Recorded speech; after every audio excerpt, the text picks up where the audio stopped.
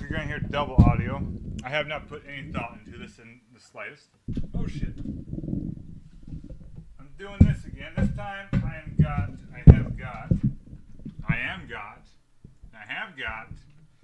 I want my acoustic guitar.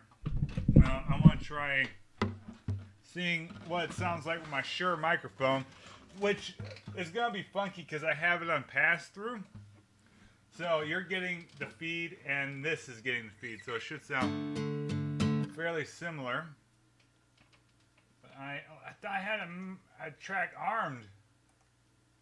Shit.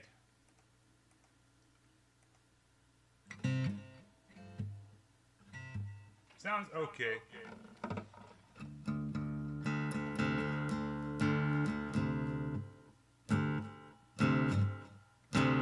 That sounds cool. I like the echo. Do I have more echo than I should? That might be a double. The mic might be doubled after all. That's fine. We'll see how it sounds. Alright. There we go. I'm going to see if it is doubled. I'm going to.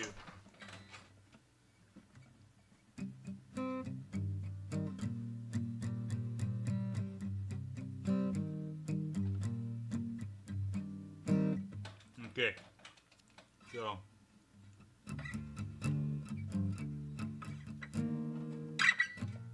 Oh, by the way, this is D.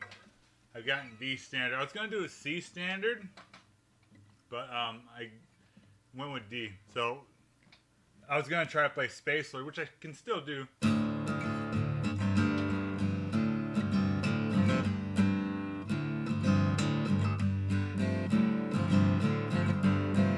Right? But it's slightly off. Right. I had a riff that before I left, I walked away and now I can't remember it.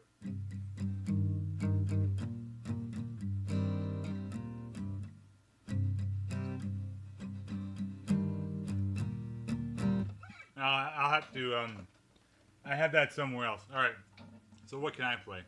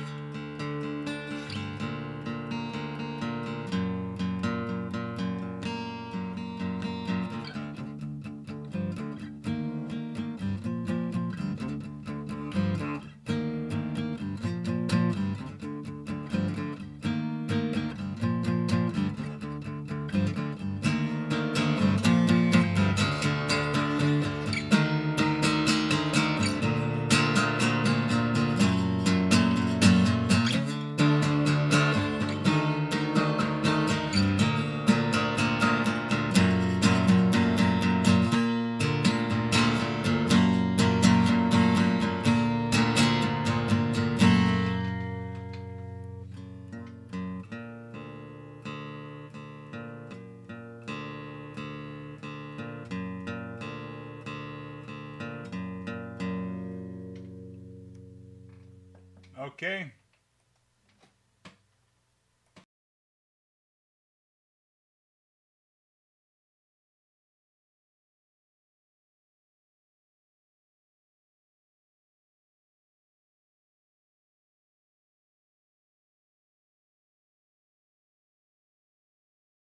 I muted my mic a bit earlier. I'm going to mute it real quick just to make sure that it is not doubling up.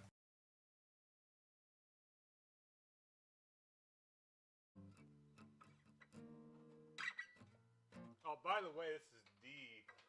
I've gotten D standard. I was going to do a C standard, but I went with D. So I was going to try to play Space Lord, which I can still do.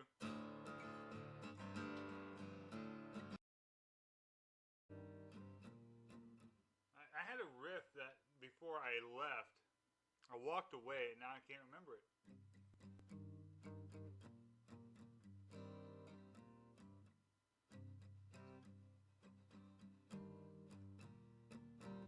I'll have to, I have that somewhere else. All right, so what can I play?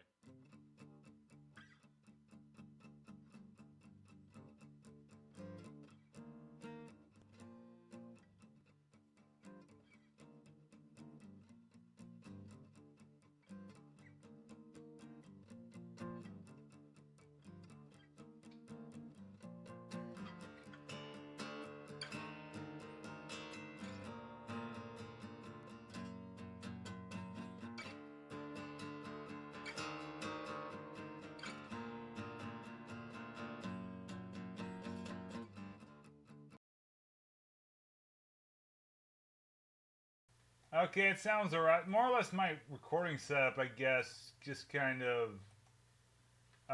makes everything I play sound the same. That's how you know you have a style. So, alright.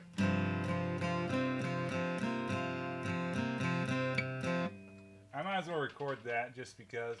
I don't know how long I'm going to spend recording, like testing out this thing here. I'll probably move on to some other weird bullshit, like, again, weird Xbox stuff, as usual.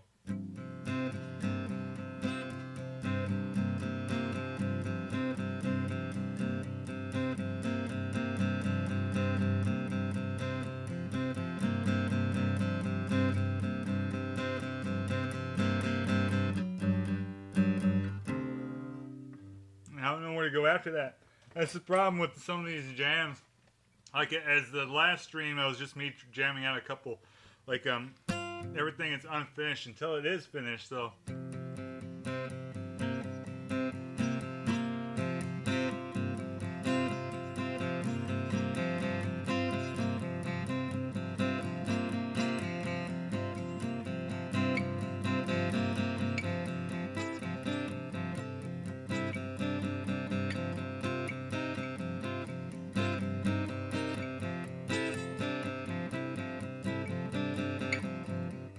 Oh, this guitar is like, okay, it's also like an acoustic guitar problem, but very bad fret access.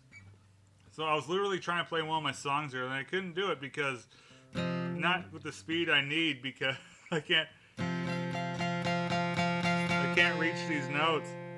Because the notes are, and there's not that many notes on here either. So it's like,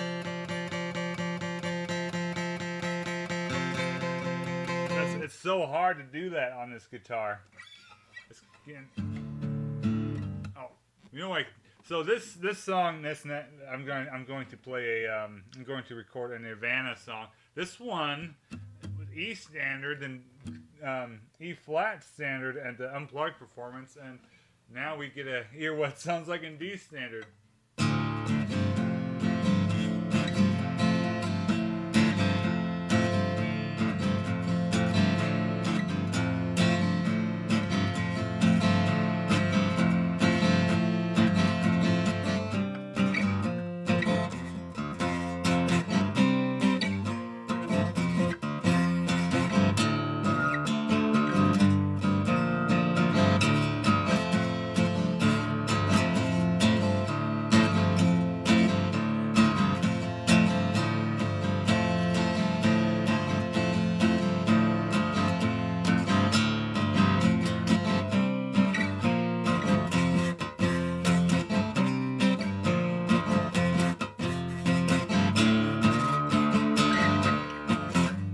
I fucked that up.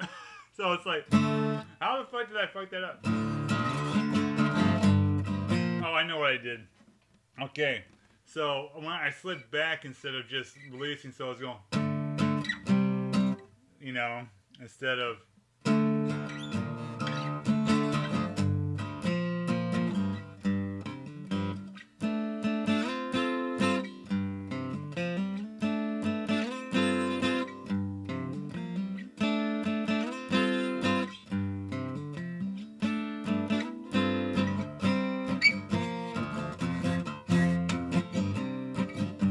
Okay.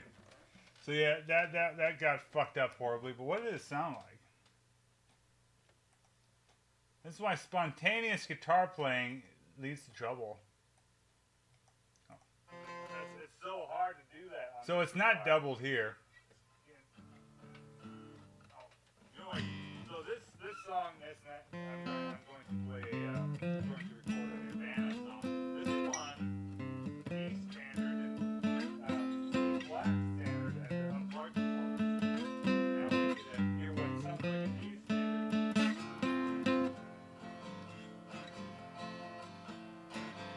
It sounds right. I mean, it's D standard, but it sounds all right. Again, too much area in the like. I need. This is supposed to be a good micro recording, but it's not.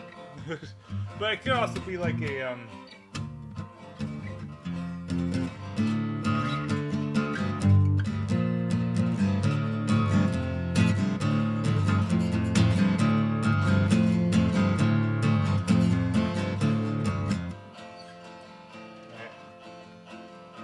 Fine, it's fine. It's fine. I need to put a capo so I can play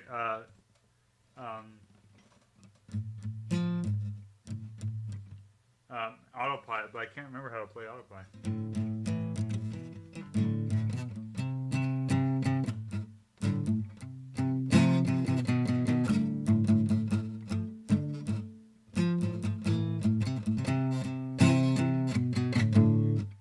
I can't remember.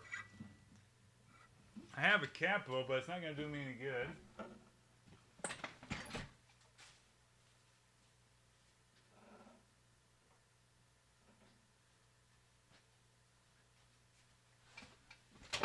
So that one is also E standard, but without a capo. But it's easy to play. It's very easy to play the main riff with.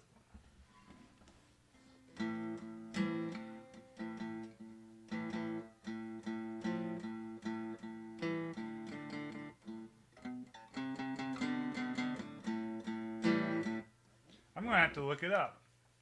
It's been too long since I played autopilot.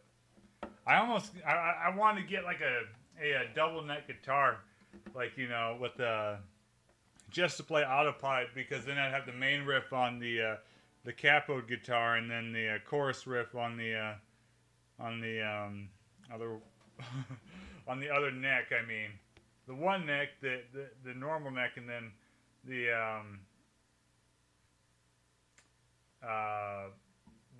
12 I was looking for a double 6-string, but even then, like on 12-string guitar, the chorus riff would go fine. So it's like, oh yeah.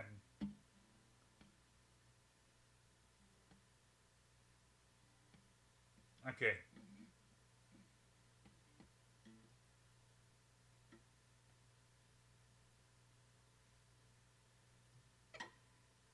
Okay. I think I understand. I think I understand.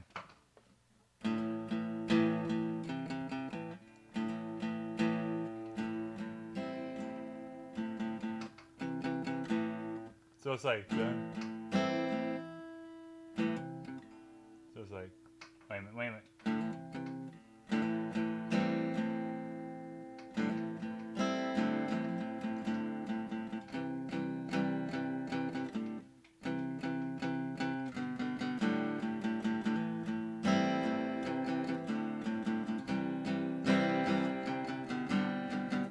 Is that right? Oh, it's kind of right. All right. So it's like dun, dun, dun.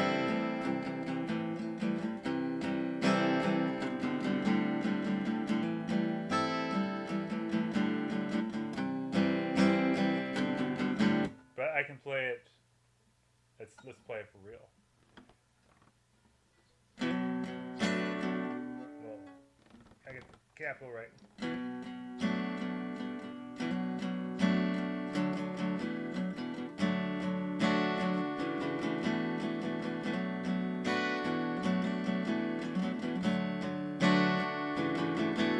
record it, see what that sounds like. I should talk anime. If only. The guitar that speaks. The guitar that speaks. But I'm going to see if I can get that to sound right.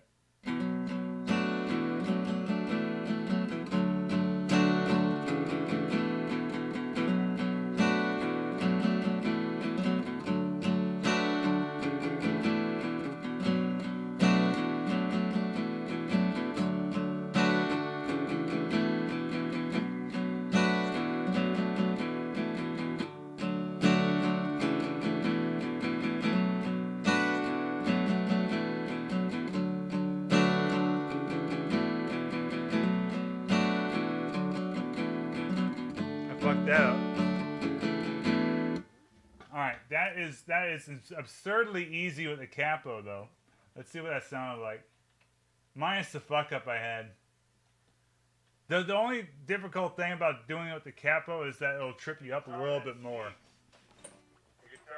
But it's easier on the hand since you're not holding the strings down the whole time.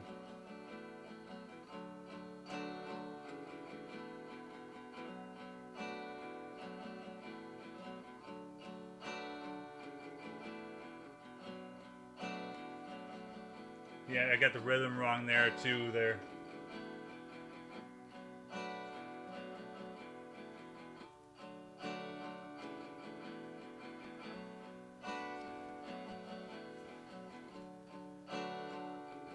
And also, I don't think he's constantly doing the I fucked out. I think he's playing. I think he, because of necessity, I think he's playing it easier than that because he's not doing the whole time. I think he only does that like once.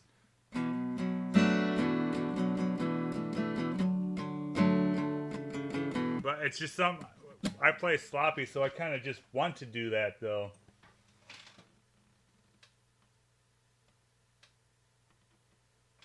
And your vocoder, like when I got a microcore, it had like it came with a cheap microphone that you could use, you could vocode with, but I ended up using that as my gaming mic for a while because I didn't want to spend money on one. Okay, see, I just don't see. That's why you only got to do it once though.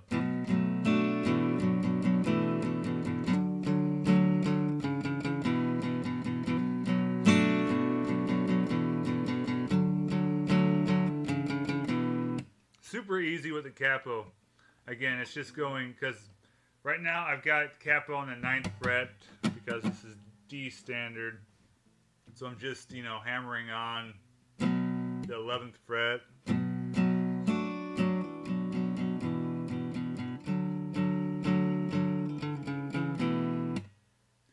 that's why Autopilot's fun though. Autopilot sounds good too. Now, let me try playing that without the capo. Requires a bit of endurance.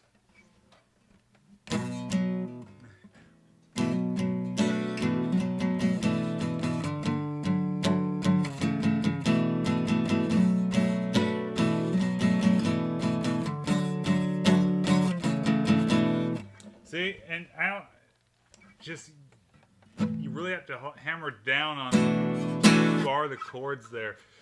So it's flat out easier to do it with the capo because the capo makes it sound nice and clean. Since,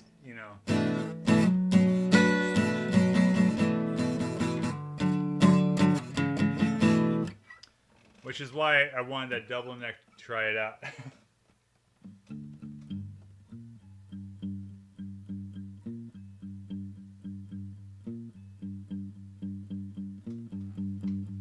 Again, AI max with that, Now what I had an AI program. I can't remember what it was called for AI art that I tried last year. Getting the right Python was a pain in the ass, and I haven't been able to reinstall it ever since the system crashed. This is like bad Python, and it's like download Python, and I hit yes, and nothing happens because you have to manually do it despite the fact it gives the option. There's nothing worse than options that they know that don't work that they still include in programs. But still finding the right Python is an absolute trick. All right, now that we've done a proof run, I don't know why I hit record so quick. I'm going to just play this and then do what I've been doing, and that's fucking with the sound in the settings.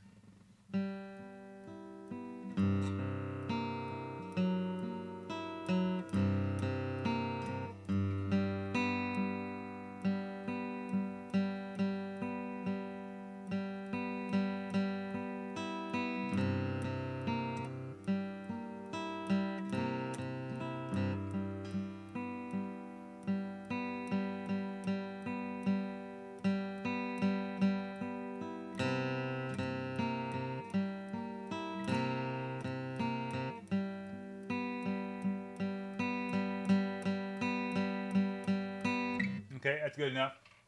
It's like I don't know what I'm doing. It's fucking around. All right, split. We don't need that. All right. So what does that sound like? Dry. It sounds like an acoustic guitar. Okay, let's make a new track. It's all I know here. But I'm going to do weirder shit. That's it. Actually, let's turn down the treble. Alright, what's that sound like?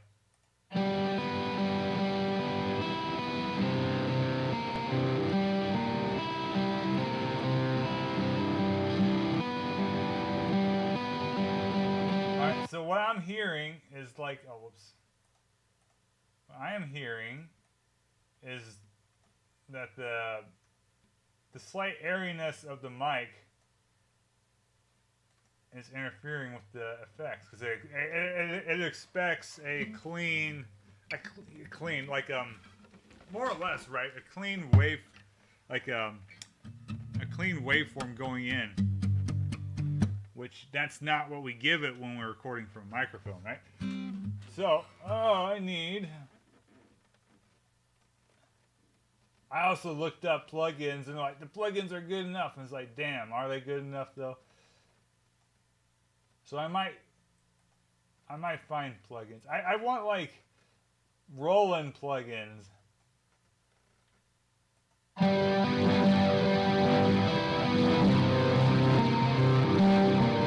still loud as hell.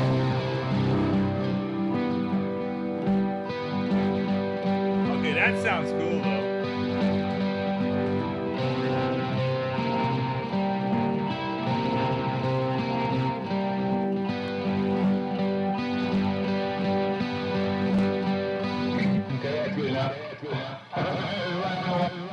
Oh, that was awesome. Okay. Oh, that's a good idea. You see, my naming conventions are like 1, 2, or A13, or SB something, where it's just like I just put no thought into naming conventions. Whenever I use pedals, I like to take pictures. You know, Peter Steele of Typo Negative, he had his distortion pedal, which is just a DS1 on his bass. He super glued it. So, he super glued the settings. Okay, that sounds pretty cool. So turning the amp down helped. The sound, and the settings. That's cool.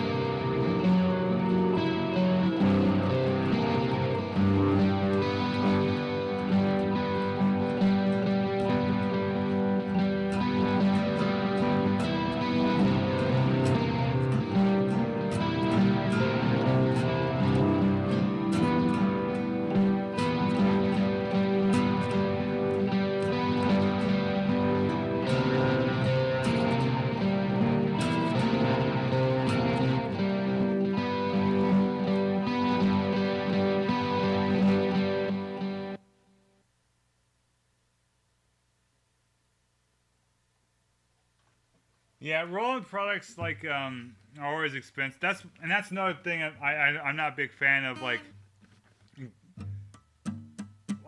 computer software and stuff, like in digital form, just seems way overpriced, right? Like, it always has been an issue. So like you can get me to buy like a Roland guitar pedal or a Roland physical synthesizer, but just like software upgrades and the software itself, you know, it's just like, and I don't know. Plus, a lot of it's weirdly licensed. I mean, at least Roland isn't Adobe with that stuff, but it's still like something I'm not comfortable with.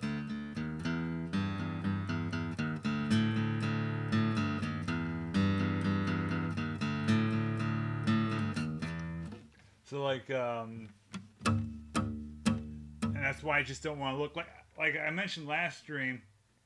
I have an orange Super Crush 100. I really like that amp. It's a solid state amp.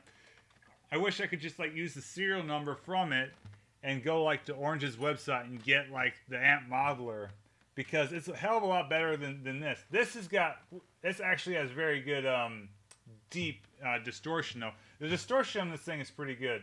It's just like the chorus sound isn't near what the Super Crush is.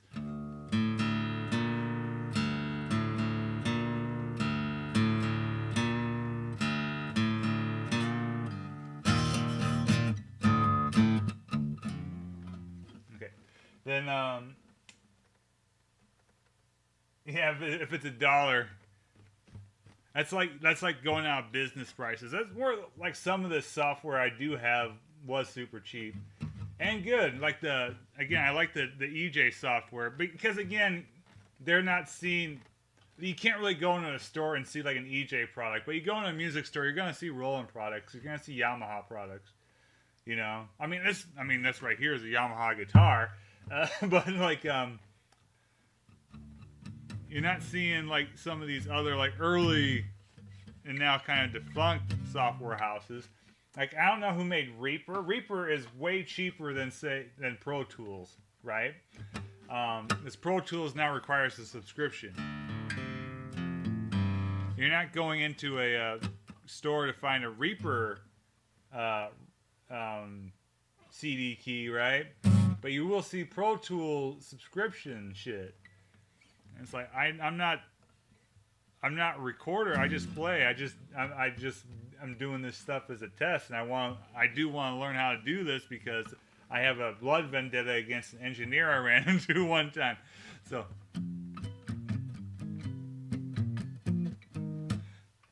But like again, some stuff you just pay for the names. But then again. Not to disparage Roland. Roland does like quality-wise make the best, but at the same time, like when you cut it down to the digital format, you know, it's losing a lot of what. So what makes like a Roland pedal better than a lot of others are the construction durability, right? You lose all that when it's just purely digital. None of that matters, you know, like. Does the Hyperfuzz sound any different than the Behringer Superfuzz? Not really, but your Hyperfuzz is way more durable. It's way heftier built. It's something that you know is not going to break. While the Behringer product, it's a clone. It's made out of plastic. It's good solid plastic, but you know it's just like if I throw this against the wall, it's going to be destroyed. Well, if I throw a Hyperfuzz against the wall is going to be destroyed. You know. So, and it's the same sound pretty much both ways. But I imagine a Hyperfuzz plug-in would be expensive. Oh, that's cool. I want to try one of these days hooking up my MIDI controller to my SC88. I also have a Yamaha. But I don't know where it's a Yamaha.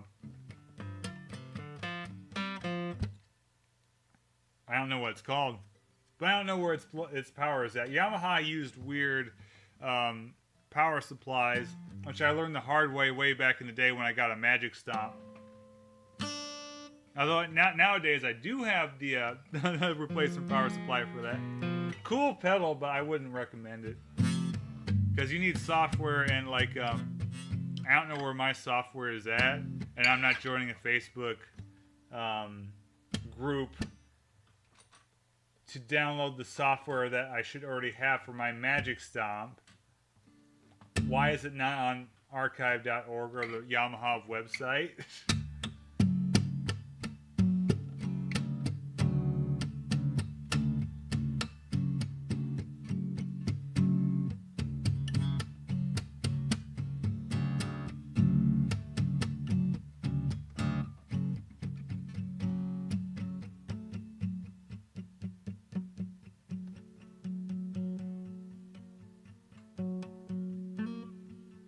Yeah, they like the SC88 has like what you'd expect, right? Which Roland power supplies are actually normal, right? As all my Boss power supplies like were normal or even kind of cheap in a way, but the Yamaha bullshit, they're not like Commodore 64 levels absurd, but they aren't like the Roland ones. Unfortunately, because they should be normal, but they're not. It's like, so they're big and they're a pain in the ass.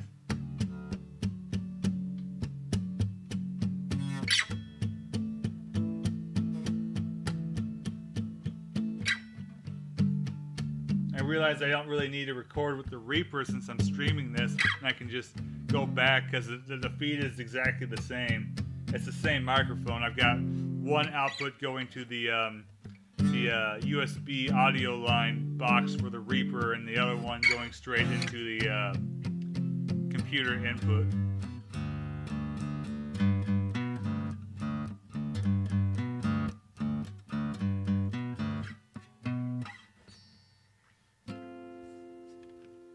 Yeah, the fret access is bad. Oh, I got an idea. Or do I? Do I have an idea? I have an idea. I've got an idea. Or do I?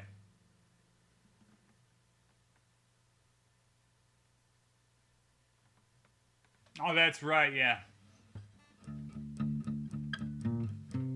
Yeah, I do remember that from getting the... Yeah.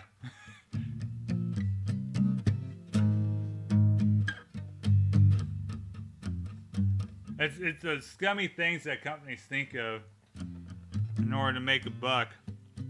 But at the same time, Roland power supplies, in my experience, have been fairly durable. I got my idea. I had an idea. How am I going to negotiate this idea? Will this work?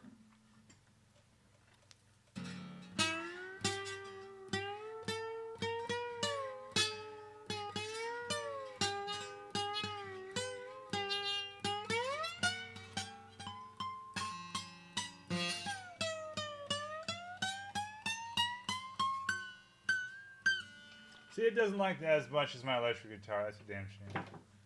I was watching,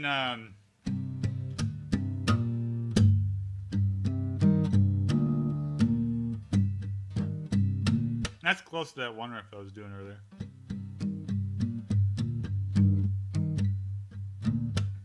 But yeah, I was watching, the Pink Floyd, reissue of Live at Pompeii at the theater today. And, oh yeah, I have to go up.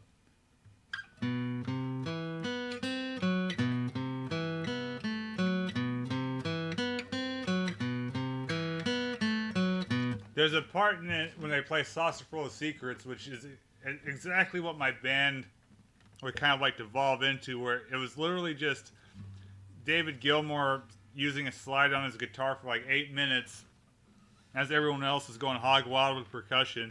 There was no form or function to it. It was just pure noise, but it sounded cool, which is part of the point.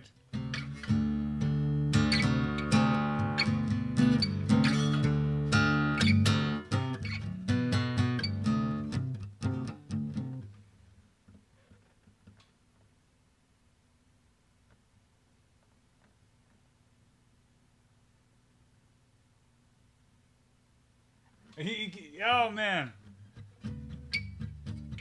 I never tried because I know the power of what these things can do. I've blown up a bass bass amp before, and that sounded like World War III was happening inside my house. It was a PV amp that I forgot to turn off. So 100-watt amp. 100-watt amps are made for like small venues and stuff. Like the size of clubs. They can get pretty loud, especially on maximum output. So this is overcharged, pure noise, like the sound of death. It was awesome, but it was terrifying. So I think it'd be kind of cool to do like a little generator party out of a car. Now that you mentioned that.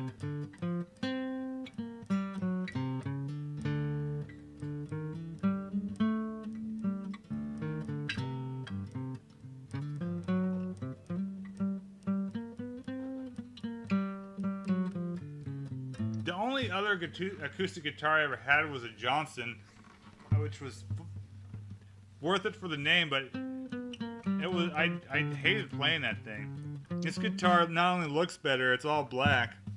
It plays better too, but I got it down tuned so it's not as tense as the Johnson was, or this was when I had it originally, like when I tuned it 2E standard. This is not that bad. I still much prefer electric guitars, of course, but this is actually playable.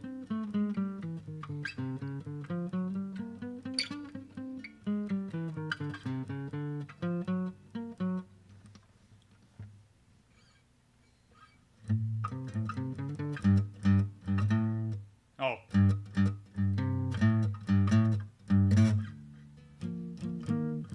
Alright, what's it sound like in D stanza?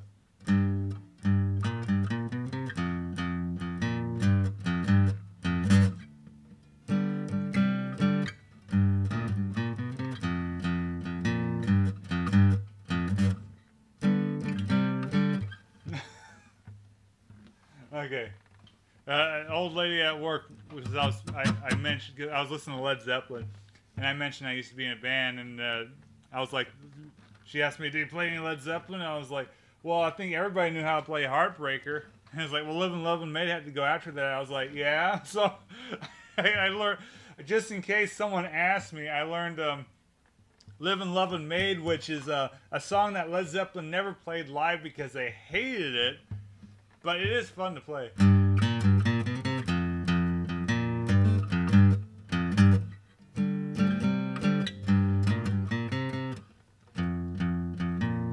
Yeah, but Heartbreaker.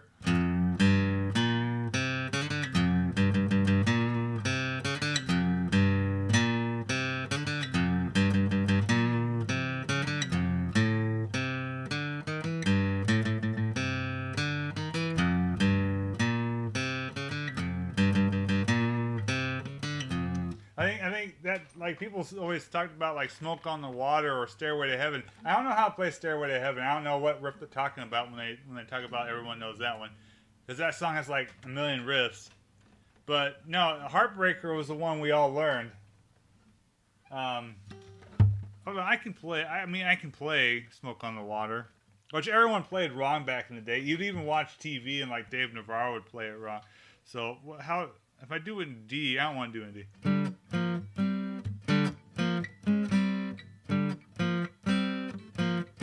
See, it's simple like that, right? I like Richie Blackmore's one of my favorite guitar players. I kind of modeled my modern playing after it. So then there's like, wait a minute, what is it?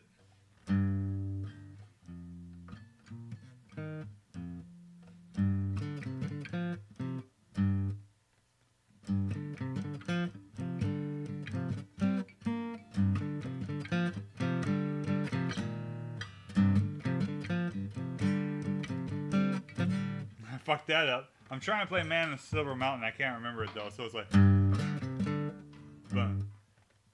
dun, dun, dun, dun, dun, dun, dun. I haven't listened to it for a while either. I mainly just start off with Self Portrait when I listen to Rainbow. So it's like, dun, dun, dun, dun, dun, dun, dun, dun.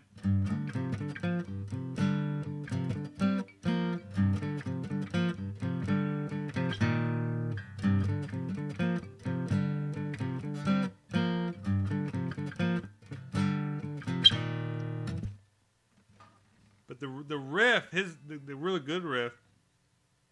I'm just gonna play it in D standard instead of E.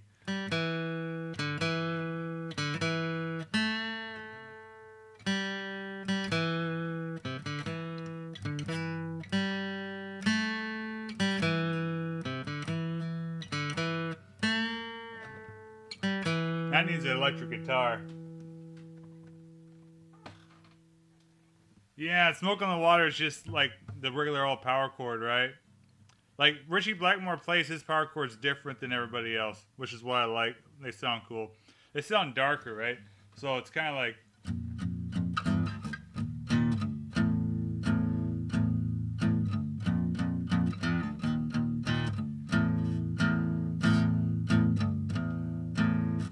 That's tuned up a step. Like, but other... Like, I mainly now just play... When I play power chords, I don't like playing... I like going like this. It's heavier. It's the Black Sabbath method. His was because, you know, he fucked his fingers up, but it made it sound better. But even then, like, if you go all, like, the Beatles and stuff, they're not doing, like, that complicated stuff when they play chords like that.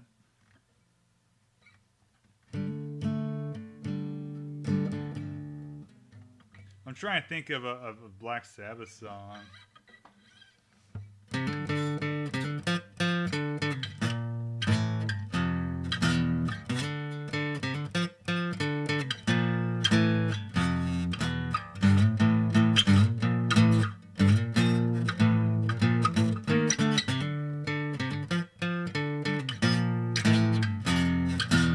Or, well, wait.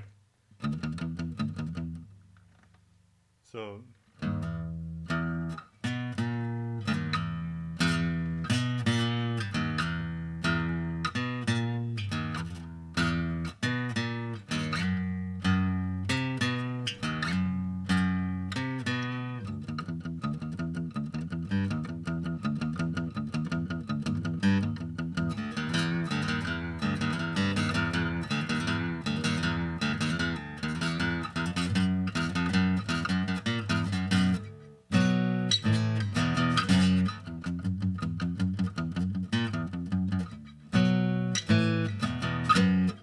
I don't...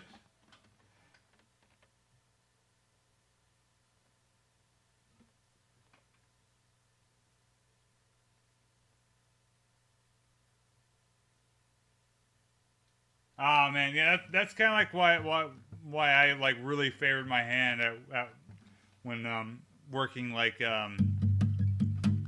physically strenuous jobs. Like I wore like gloves and stuff at the time because I didn't want to do any damage specifically to my left hand. My right hand, even though I'm right-handed, as a guitar player, it's your left hand that's important. Although nowadays, like I do a lot with my right hand when playing guitar, but like I don't want to lose my left hand, you know.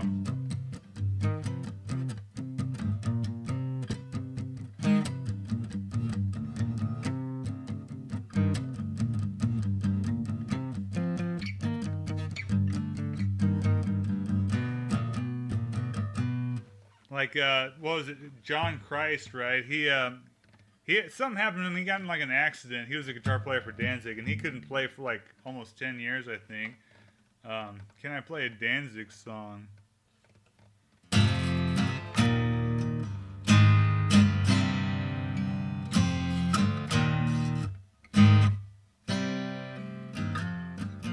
Oh, wait a minute. Well, how does that song go?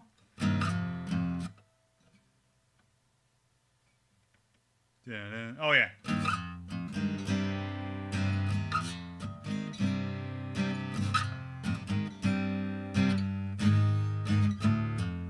So okay, this one's kind of tricky to play in this position. So it's like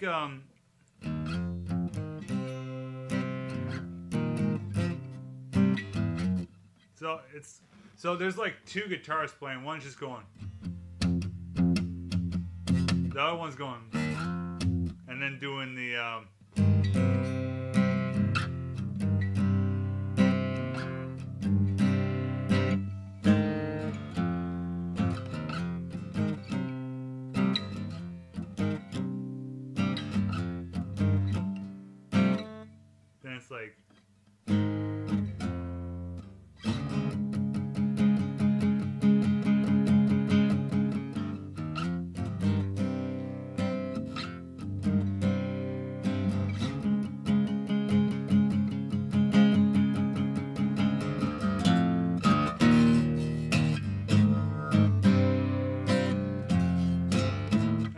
hard to play. It's weird.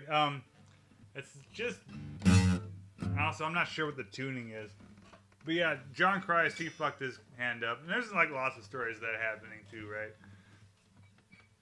Like Tony Iommi, he cut the tips of his fingers off, which is why he had to change his guitar playing.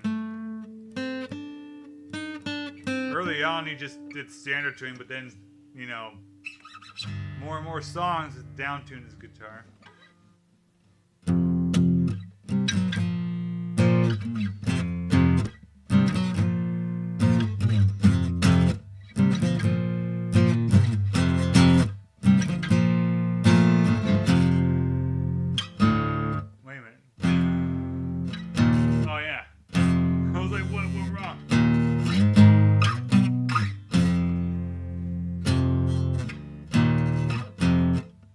I'm playing it. It's instead of like a C. Okay, that's what I'm doing wrong.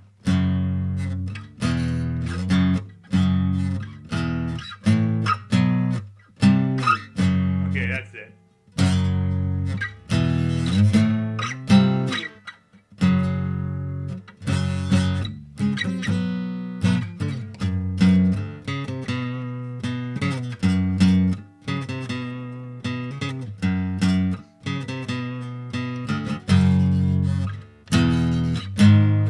See, I keep wanting to do that, which is wrong anyway. I know it's up, but it's and I've been playing that in drop C sharp, which makes it even easier. But here I'm just trying to like calculate what I'm supposed to play before I even hit it. Actually, let me do that. That'll justify this portion here. This portion. I'll just record here. We're gonna play Sweet Leaf. I'll just do it in D standard.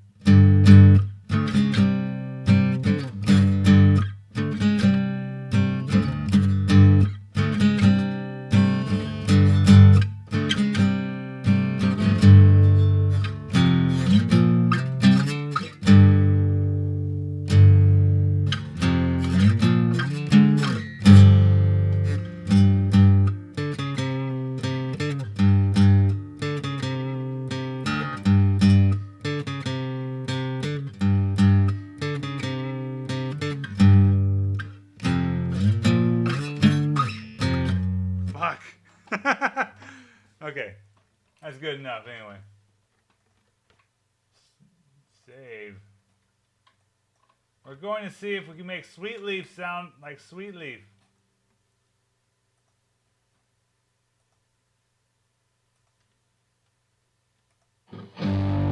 I'll just do it in D standard.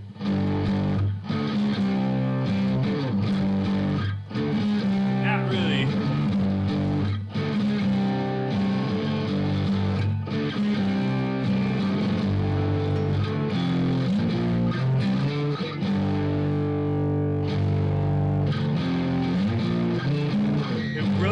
Picks up the sliding on the string. That sounded cool.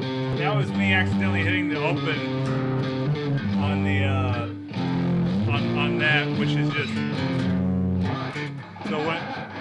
Okay. So basically, what I did wrong there, I saw myself doing it too.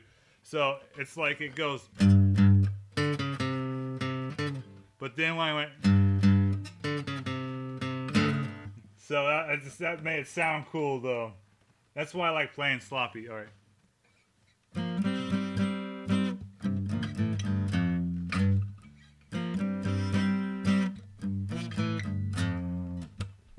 All right. I think I will switch it up now. I've been playing guitar for eons and eons. 50 minutes. Well, I've been playing longer than that, though. And this portion really hasn't gone much more past that bit.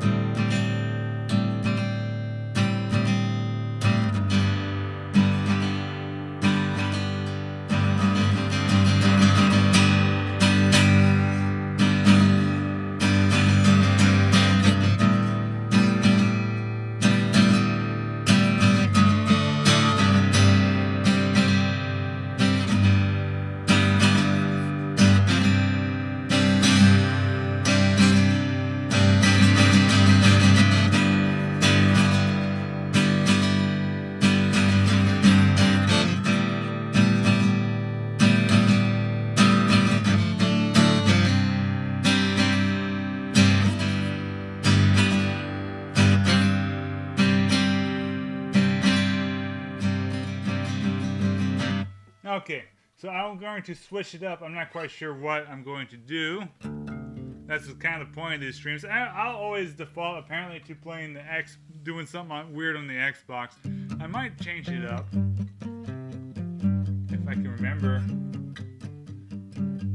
what else I can do.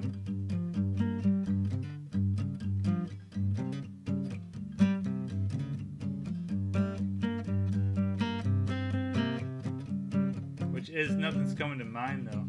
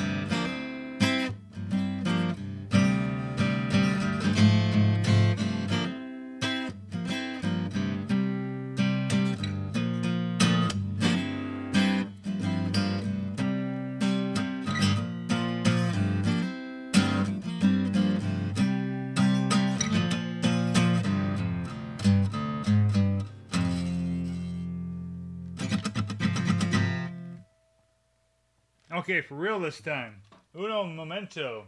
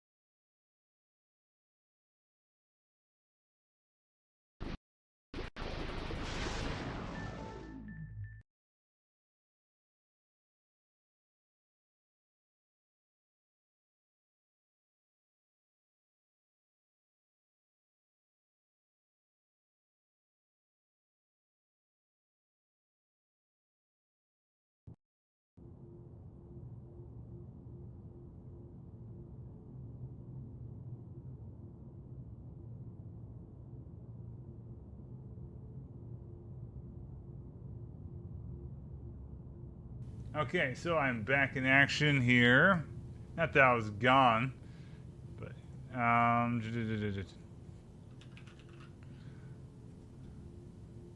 am indeed actually back.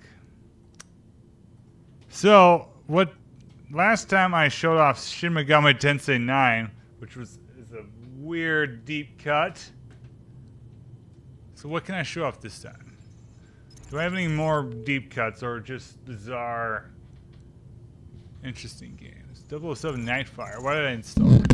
Oh shit! I need to think about my disk space. It's running out. Why did I install Doom 3? Okay, so Doom 3 actually is an interesting one. Doom 3. Hold on. That's an interesting one.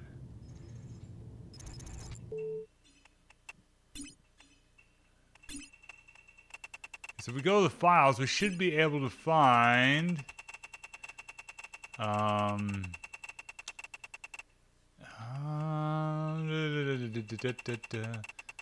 maybe I'm wrong.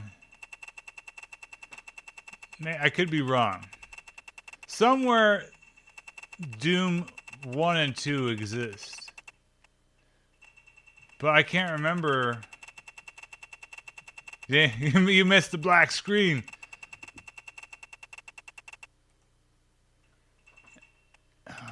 Base.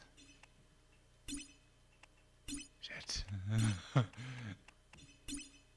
There's a weird workaround. Maybe it works with other things. Hold on. I need to think here. Jet Set Radio. When did I install that?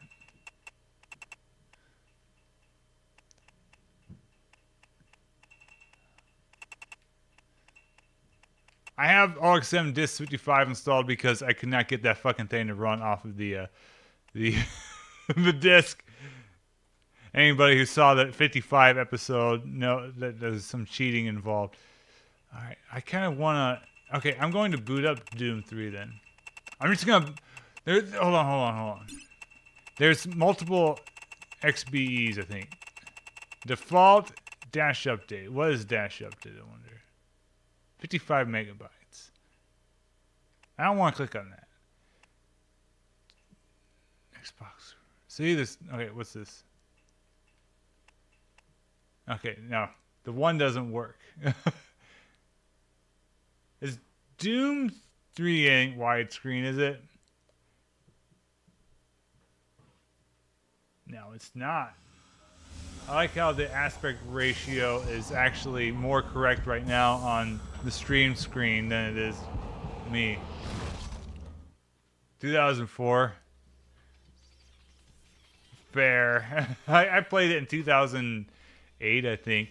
But this is the version I played it. Like, I have it on PC, and I have it on like the modern versions too, because they come with everything. This version is actually fairly impressive.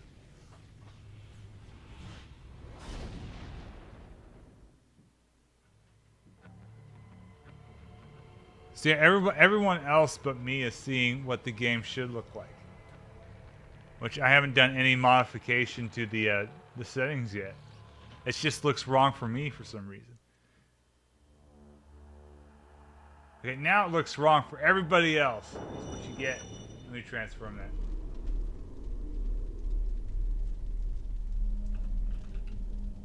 So this was a very good port, but it also has me convinced that okay, classic Doom.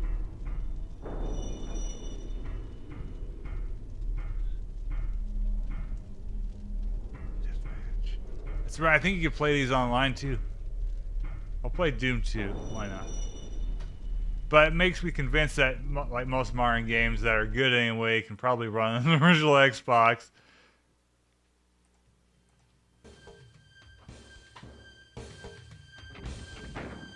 The downside to playing Doom, the modern versions of Doom, is like your MIDI ain't gonna be as good as what I have. Or like you got a lot of MIDI stuff too, so like what we have we have the ability to make Doom sound like $1,000,000, which you miss out on with these ports.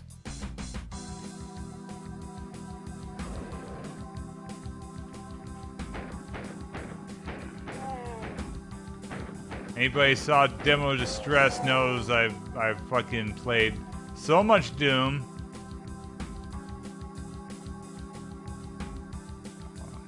What the fuck?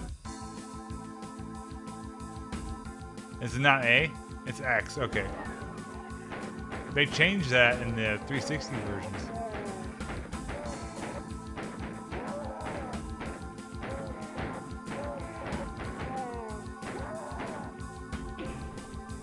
Was there any point to come in here? There wasn't, right? You can, yeah, the exit is not blocked. I was like, what, was there a shotgun or something? I don't know. It is what it is.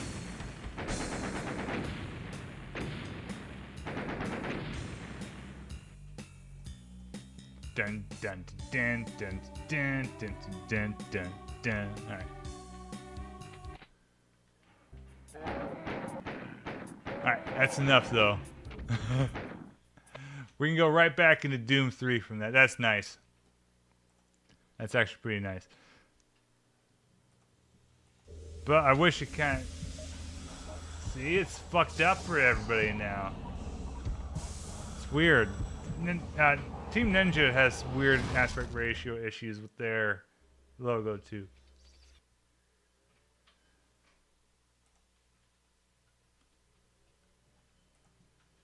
I very closely almost decided just to boot up Skyrim. But I decided against it. And I was like, there's more weirdness I can show off on the Xbox.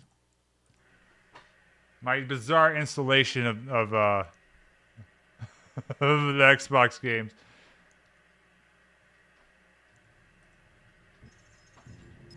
Alright, what else? I swear there's somewhere in the file folder you can just boot into those.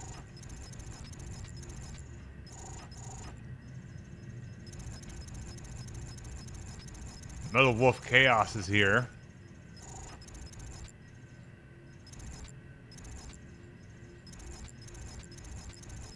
What's that one? Armageddon? Okay.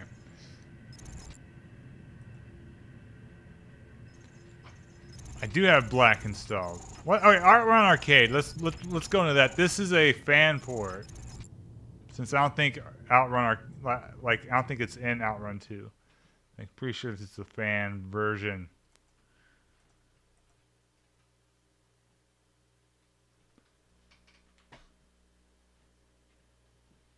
Well, we want... Shit, this is awkward. Game. Okay, that was weird. Okay. To describe what happened, you had to use your left thumbstick to select the song, but then hit start, which on the S controller, the Xbox S controller. There we go. Start is right below the thumbstick, so I had to reach over with my little thumb while holding on to it, make sure it didn't stop playing Passing Breeze.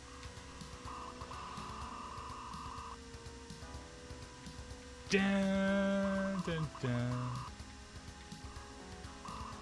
I don't know what the fucking Michael Bay Outrun movie is gonna be like. I don't understand.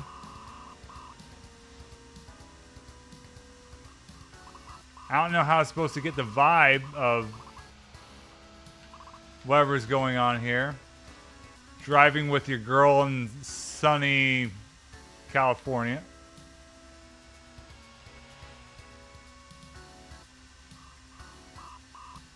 But we'll see what happens. Hopefully that will get more people to play Outrun. Outrun, in my opinion, Outrun is the greatest arcade game of all time.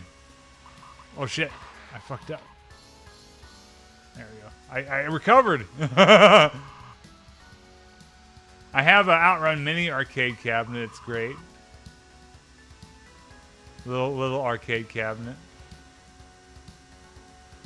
Although I'm not sure, having said that, I'm going to say something bizarre. Because I'm not sure if I'd prefer Outrun 1 over Outrun 2, though.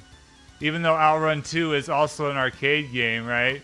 So it's like, oh, this is the best arcade game, but another arcade game might be better. I fucked up. That might have fucked us forever. We're going to run out of time.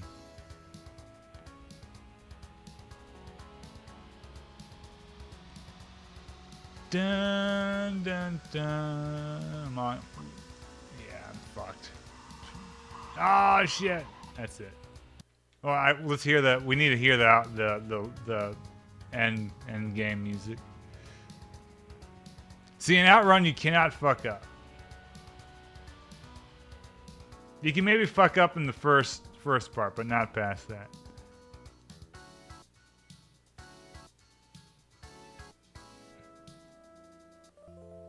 There we go.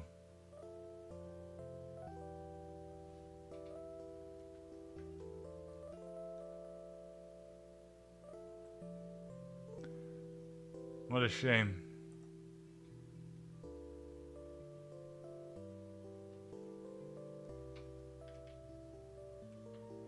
Can I exit the game? I have to restart my Xbox. That's the problem with the modding system.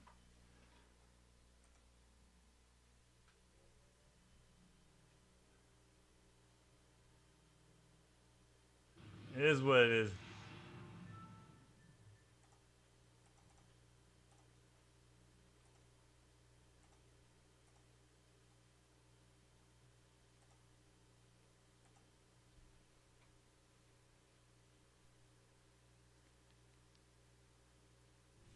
Okay. So I'm going to jump in Outrun 2. Coast to coast. Just to see if I remember. It's been a long time since I played this. Howdy, welcome to the extravaganza of random bullshit. We're currently possibly playing Outrun 2, coast to coast. All right. So Outrun 2, sure. I don't know what I was doing. I don't have it. Oh, okay. Automatic.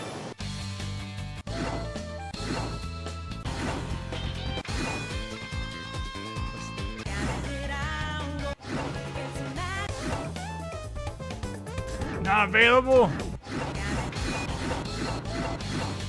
right, we'll do Splash Wave. Outrun 2 is so good. But Outrun is really good.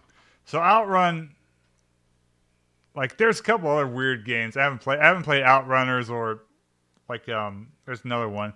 But at least Outrun 1 and 2 are really good. There was a 360 port of this game that I think was delisted because the Ferrari license expired, which is weird. Like, who's paying who there? I would have. Oh, shit, that's loud as fuck.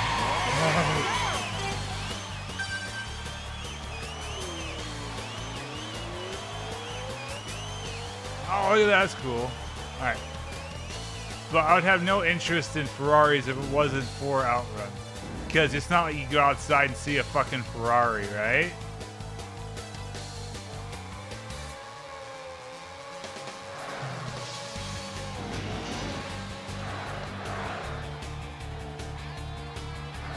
You know, this is why the Dreamcast and the Xbox were good, because a lot of the arcadey games that were on the Dreamcast and Sega Naomi, I'm really driving like shit, made its way to Dreamcast. Like, again, Jet Set Radio Future, Jet Grind Radio got a sequel with oh shit. Well, we're going easy, I guess. Jet Set Radio Future. We had this Crazy Taxi. Toe Jam and Earl.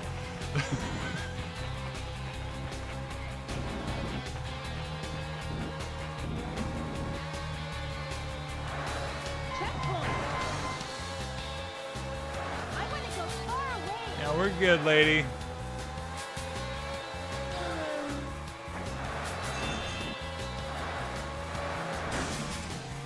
The Sega understood the appeal of driving at dangerously high speed with your girlfriend next to you. That's what it's about.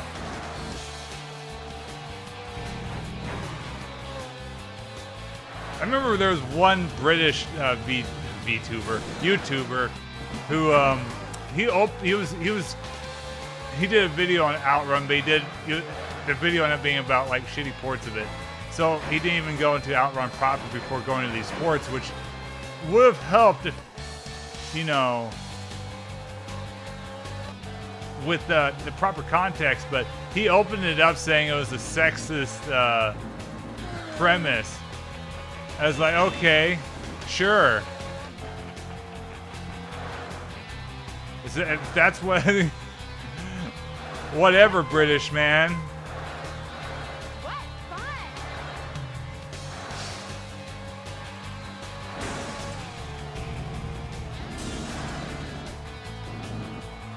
If it was next, like what? I still don't know how to like respond to that because it's such a baffling like thing to say.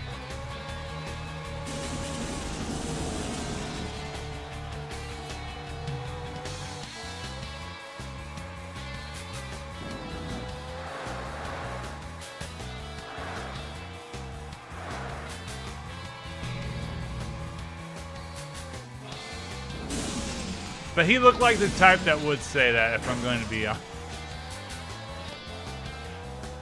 Right.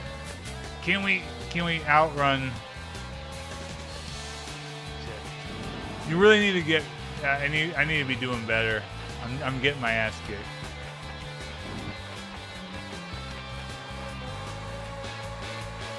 Come on. How far are you going to take me? You know the whole look.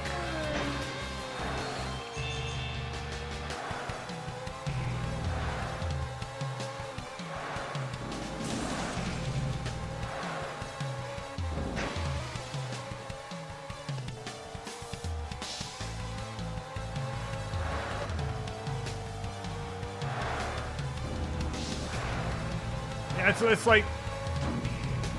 like not even something that I've ever heard talked about Outrun, because it's the premise. Guy drives with his girlfriend. That's the. What are you gonna say? Tokimimi Memorial has a sexist premise too, because you know that's the game. I don't know. I don't know how to respond. Like, I can't remember his name. I don't know how to respond to that. Because you know, he came out right away and said it, which kind of colored the rest of his commentary. Because as it always does when people do that.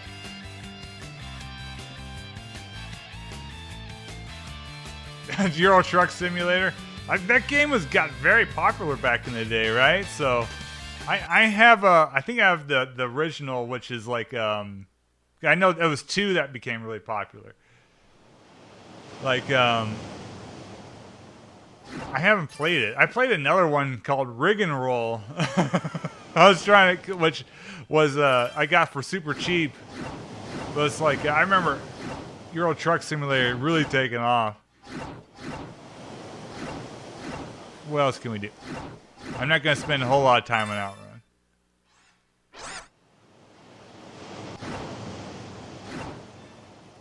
Spider. Automatic transmission. See, heart attack mode is funny. We'll do it. Heart attack mode. Passing breeze.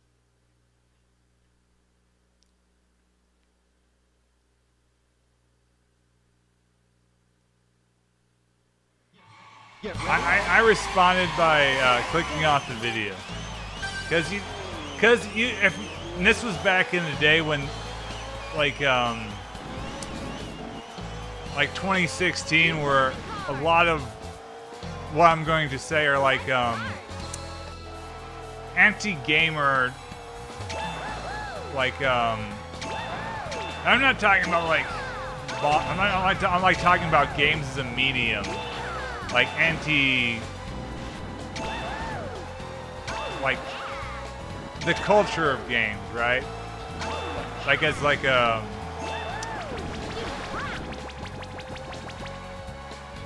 if anybody's ever seen like the joke memes of like the male fantasy videos where then they like the chick complains about hating video games because it's a male fantasy, and then it cuts to like Goro Majima dancing to like Friday Night and you know, Yakuza 0, that sort of thing. It was like it had that kind of feeling, right? So it was one of those where like you're not gonna get. Like, I would have made a comment. Like, today I'd feel more comfortable making a comment, like, pointing out, like, how bizarre of a comment that is. But at the time, you would have been labeled a hater and been used for content. It's like, oh, look at this guy. He's sexist, too, because he likes the idea of driving a car with his girlfriend. What? It just sounds fucking bizarre to me. I don't know. I'm getting heated thinking about it. It's like, okay, like what you want one with boyfriend? Sure, we can have that too. We can have Outrun with 2 dudes. But Outrun came out in '86 and doesn't have 2 dudes. You have plenty of games where you can play it. You can, like, there's that cop game, right? That one by Namco. You can pretend they're 2 boys. I don't like. What's the complaint? I don't know. If you want to play Outrun without your girlfriend, play Cruis'n USA, which is a fantastic game too. Also one of the greatest games of all time. You have options. Of course, then that one has the cheerleaders at the end, right? So that would also, I guess, not make the cut. But you know, I don't know. It's just I just can't really. I don't know.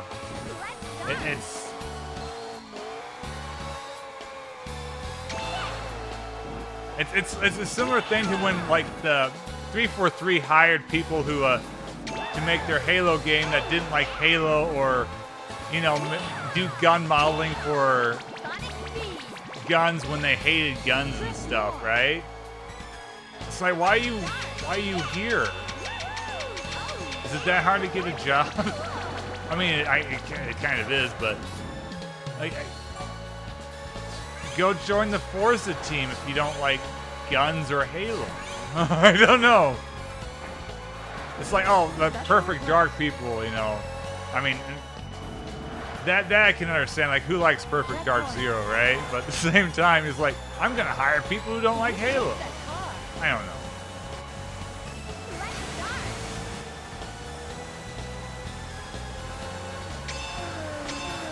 Yeah, I'd make that complaint, and I'd end up being an asshole because driving with your girlfriend is illegal in Europe or something. I don't know. Oh shit. Are you gonna get hit? I'm getting my ass kicked. I can't remember if there's like a nitro in this one.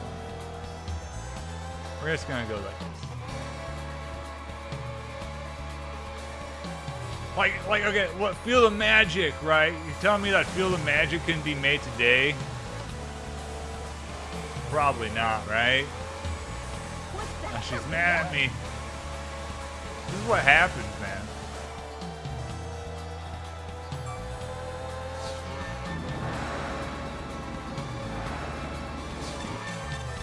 Oh shit!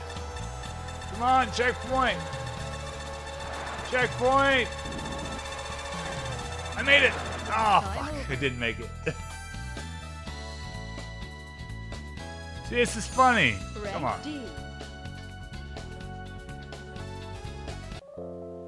It was weird to see how like prevalent that stuff started coming. I'm glad that a lot of those people aren't taken seriously anymore, because they weren't gamers.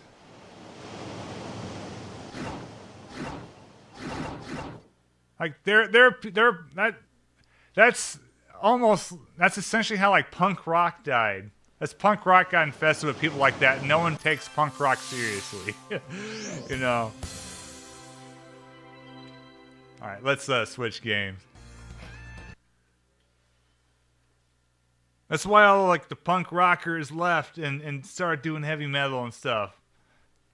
You know, Danzig doing Sam Hain and Danzig, and or like hardcore with Henry Rollins going from Black Flag to, well, Henry Rollins band, you know.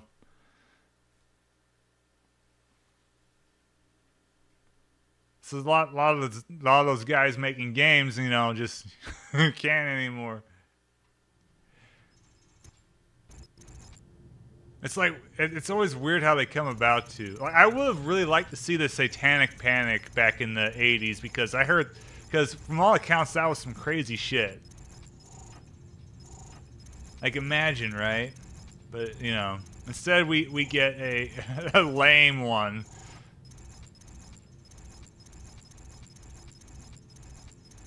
What other weird thing? Well, not the Outrun 2 is. I'm going to, actually, what am I going to do? There's some of these I would like to play, but I can't, like Scarface and Grand Theft Auto. What's Science Scope complete? It's Science Scope 2, right? Let's see if I can play this. I've got a Science Scope arcade cabinet. So I'm very familiar with Science Scope. Like, if I remember correctly, this game came with the fancy gun controller, which I do not have.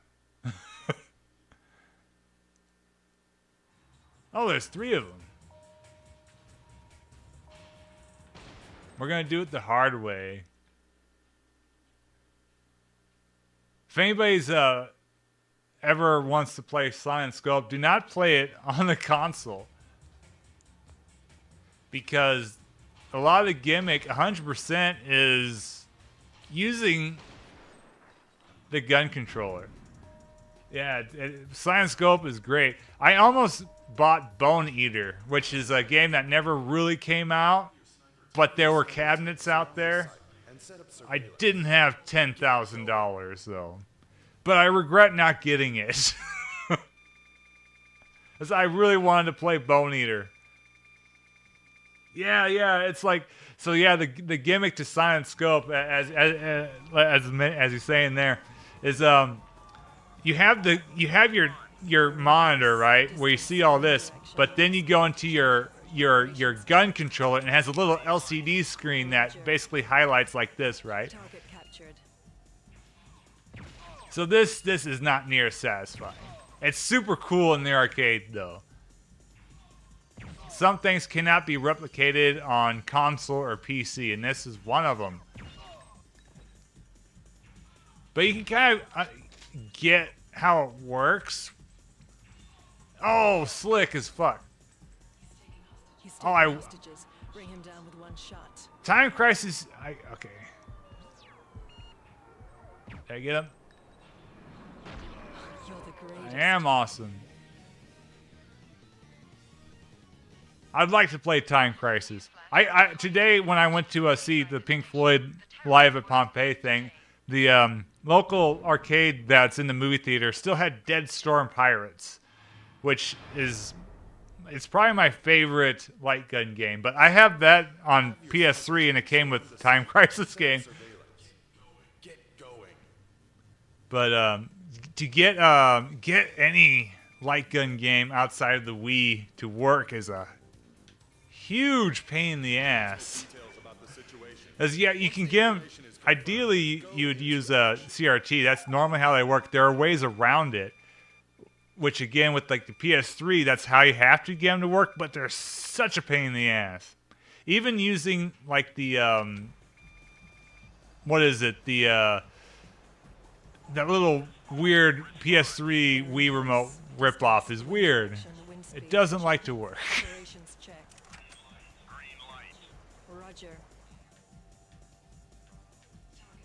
Target captured. Oh my god.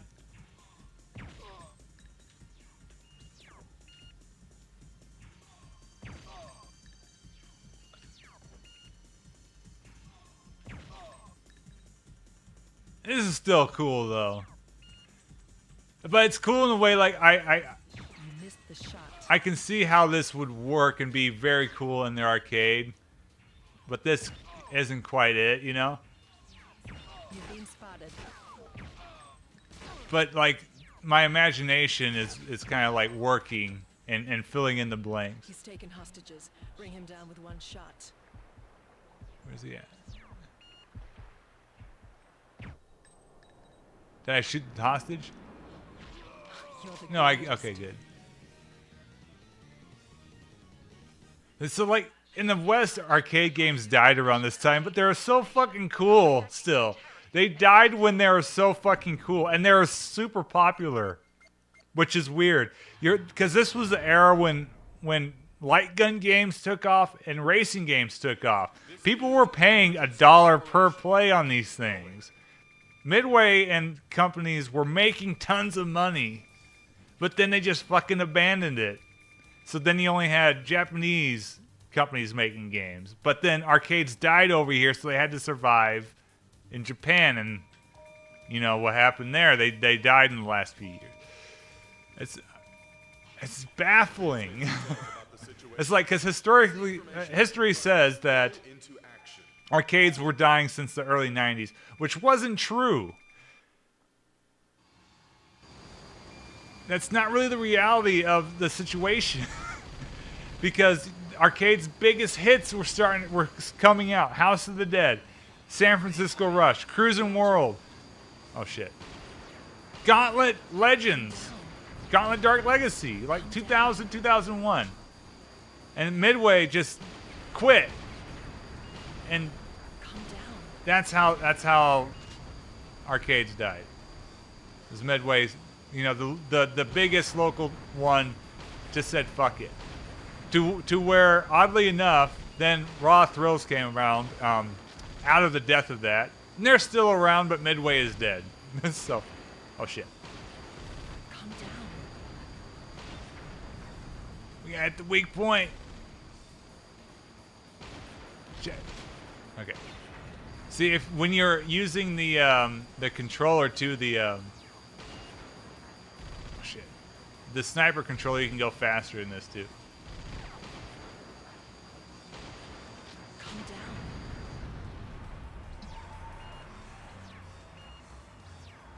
I can't see him. Oh. Check.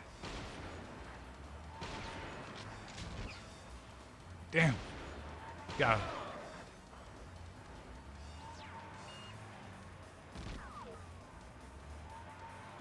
Oh, I got shot.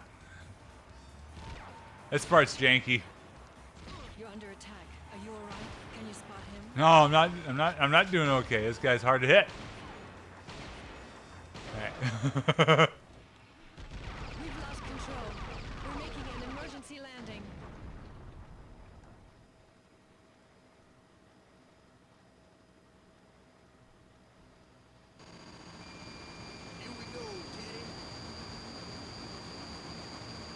Yeah, I'm gonna get shot.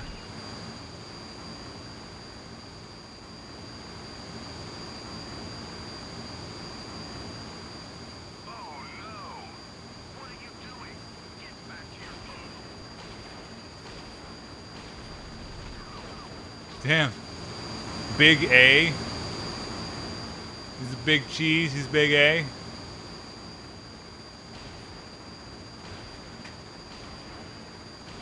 I bet, like, if I shoot him in the cockpit, he'll die, right? Yeah. Okay. This is a news flash. According to information obtained by this station, the terrorist plot was crushed before any harm was done.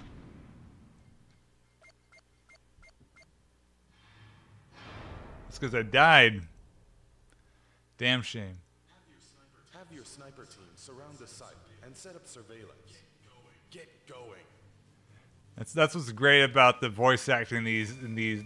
Everything has to be concise, right? Because oh, I just took a hard one again. Because, you know, everything is on the clock, right? Money's on the line. So it gives everything a hyper presentation. That's what I miss about arcade games. That's what, like, a lot of, like, games that try to do arcade stuff don't get right. I'm the president. Please stop the president. All right. Oh, shit. Roger. Check.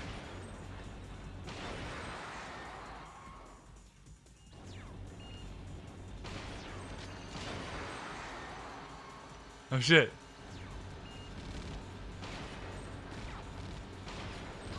Yeah, I got a shot.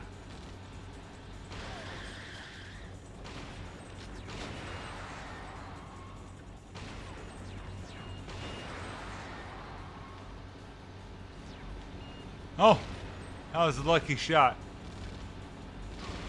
I know I'm under attack. Can you spot him?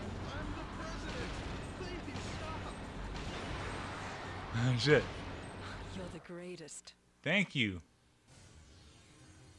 I have to kill the guy from Mad Max. Where's he at? Oh, it's over here. Cool.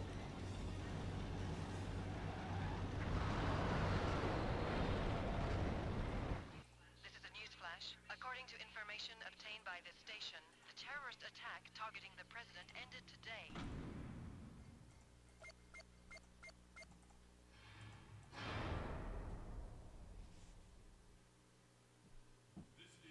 This is an emergency operation.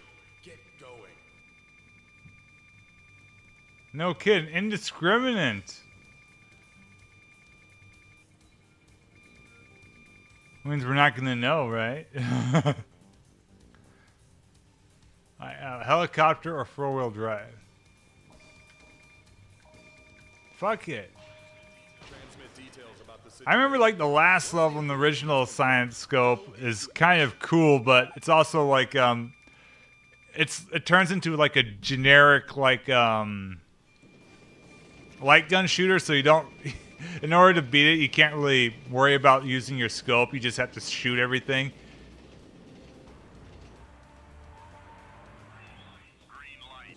Roger.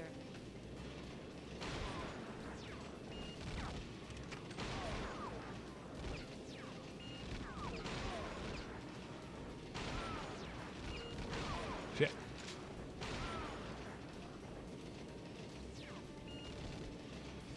Shit. I keep hitting the fucking pillars. All right. Oh! I died. What are you doing? Get back to your post. Wow. Oh, over here. You look at the girls, right? You your health regens. Again, not very kosher for modern audiences.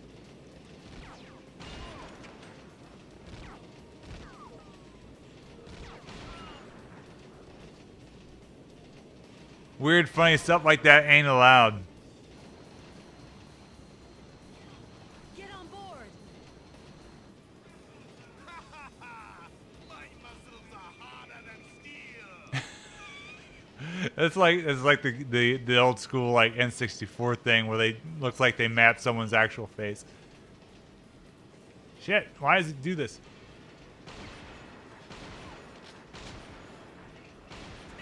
Calm down. He's just posing at me. Calm down. Is it like actual like drift? Calm down. Alright. Okay, that's cool actually. There's drift to the shot.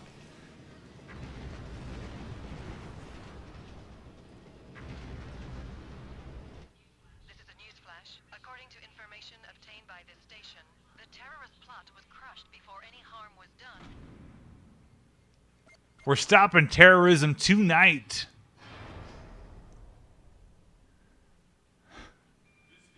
This is an emergency operation. Get going. All humanity is being held hostage.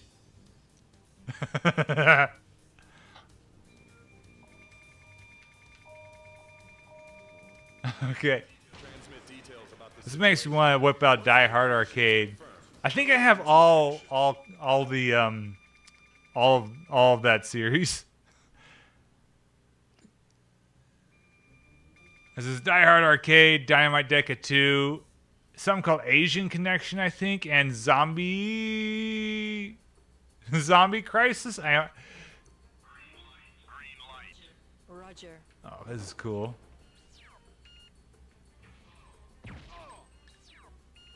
I can see him. I missed. No, I can't calm down. My life is on the line. Oh, fuck.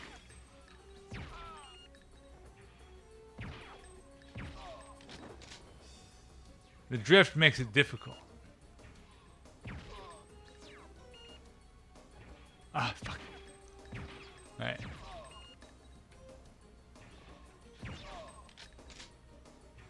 Fuck. You've been No, I haven't. Oh, fuck.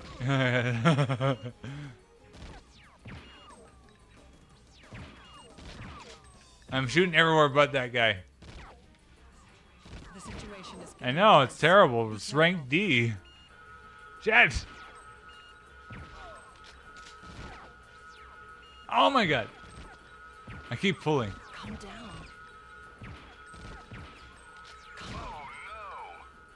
Ah, we did not save the planet from terrorism. We in fact died. That's very bad.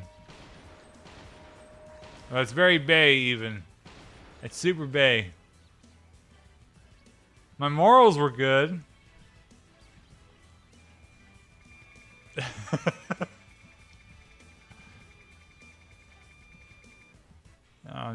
Okay, that's cool. All right, let's back out. Again, I'm going to Xbox Max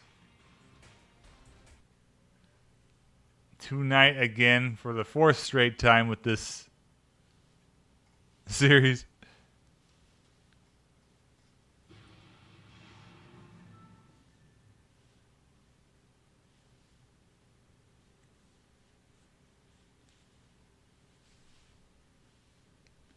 Sometimes we want an Xbox Max.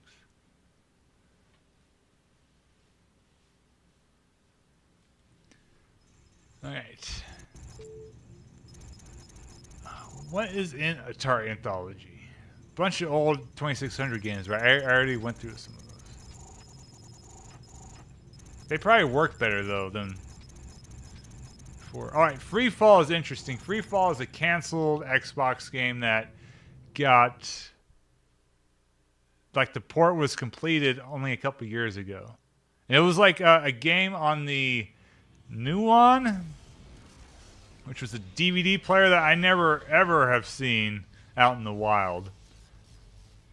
So it was a DVD player that you could play games versus a PS2, which was a video game console which you could play DVDs. So there's a handful of games on there.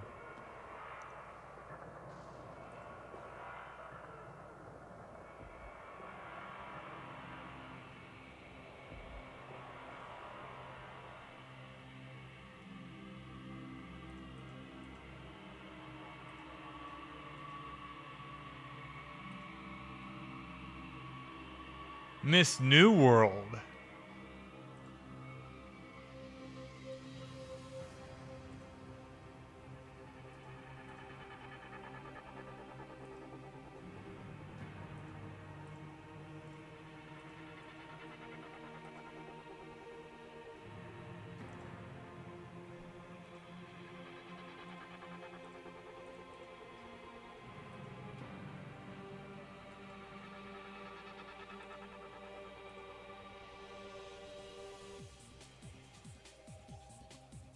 This game is going to be peak like 2000.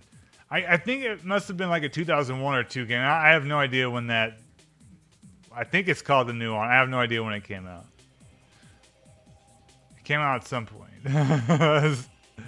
The end. Very specific.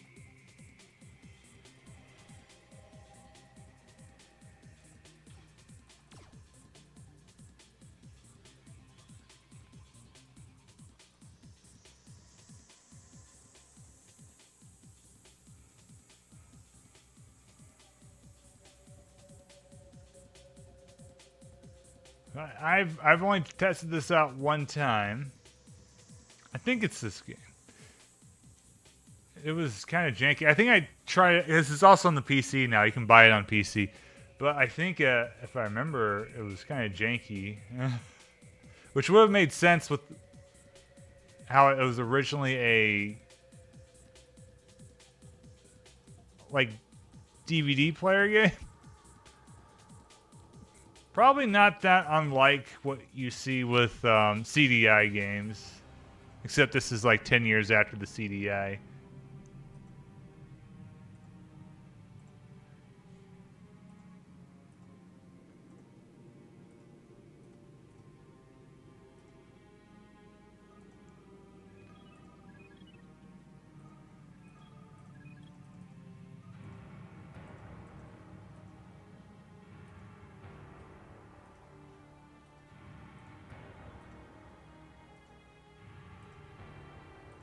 Yeah, we're gonna go to town.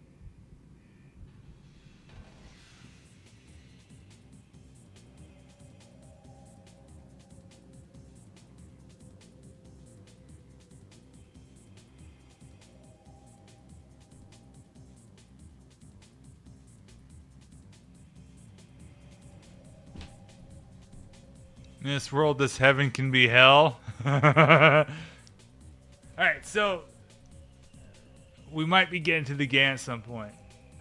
I swear. Alright, free fall 3050 AD.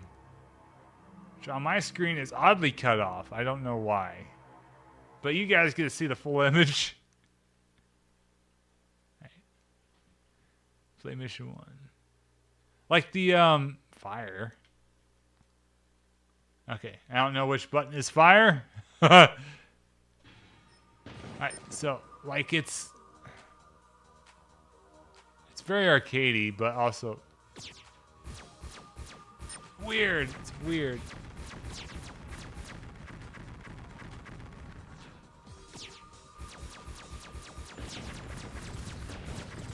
It's just like, hold this to target, but it doesn't seem to work. So it's like not targeting him. Everything is left stick.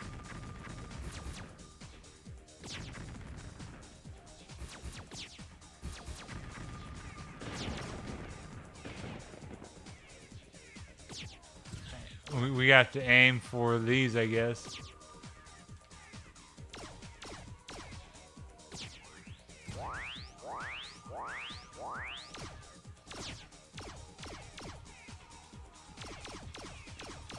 Yeah. It's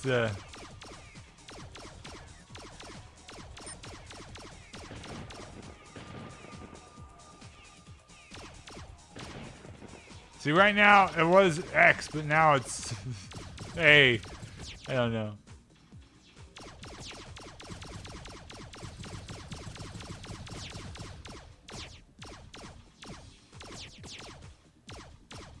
We went through that epic cutscene for this.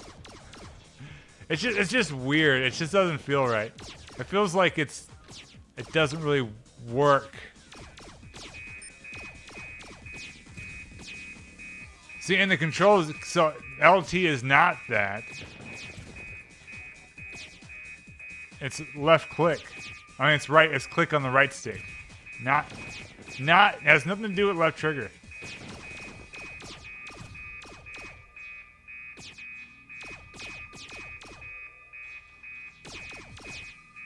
But B is kind of shifting the perspective. So the instructions are all wrong. So I don't know what... Okay. Okay, if you hold right There you go. I'm figuring it out. I'm dead. I figured it out right at the very end. You have to hold right thumbstick.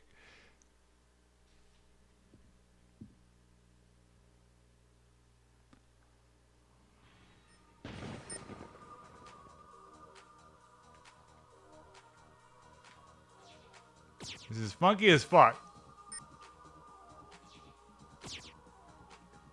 And move stick to target. No, you can't do that. It's left stick.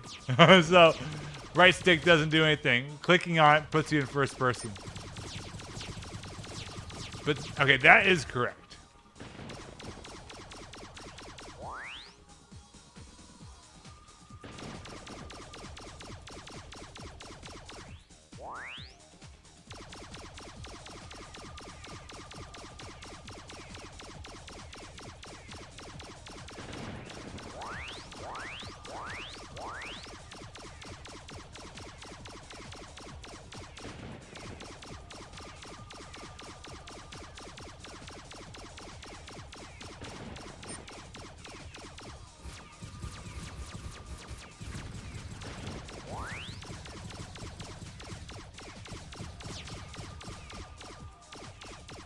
So basically, you hold the right stick the entire time you play. There's no reason to not hold the right stick in. I mean, not the right stick, the right bumper. Right trigger, Jesus. Because you default by going down here first, but holding down lets you, see everything. So it's like almost no point to doing this, right? Like, why not just have, left stick do this by default? I don't know.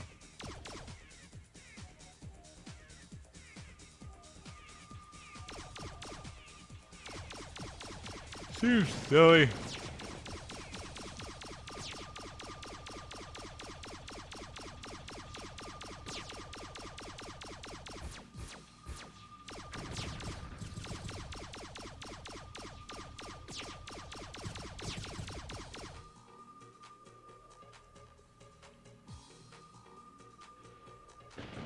And right now it's like, oh shit.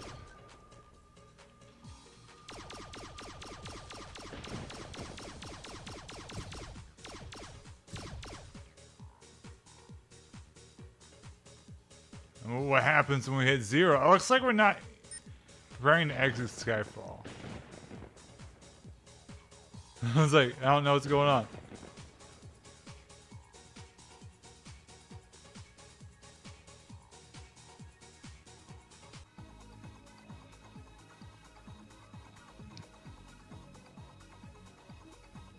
It seems like a weird PC game from like 1998.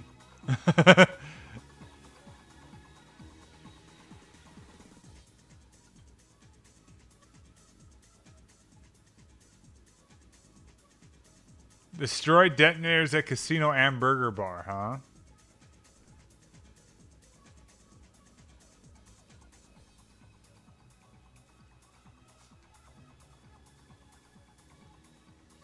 I still am bummed out that we did not save the world from terrorism in Silent Scope 3.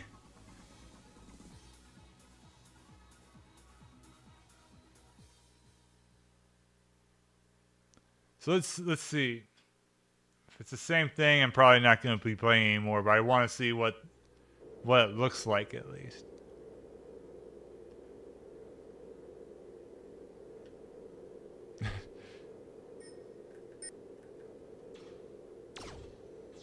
I don't know. This is weird. Press LB to go into landing mode now. There is no... This is an Xbox controller. There is no LB. Are you for real? Alright. So yeah, that's that. That is Freefall 3050 AD. What happens if I hit exit? Does it actually boot me out to the Xbox Dash?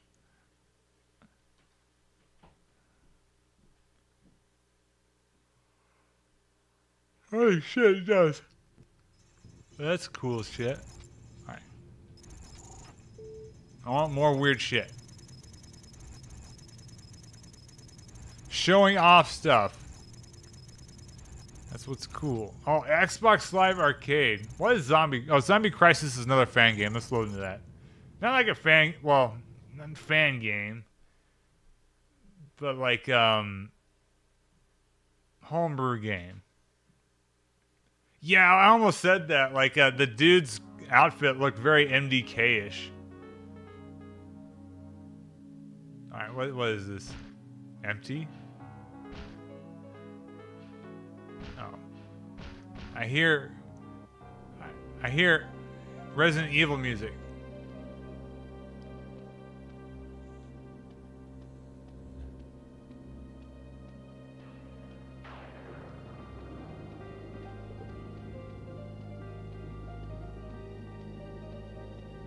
Someone fucking ported Grand Theft Auto 3 to the Dreamcast.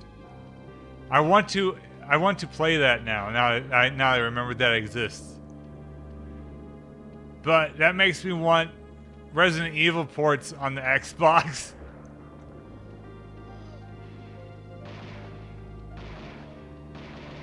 He's got eyes popping out of him. This feels very 3DO-ish.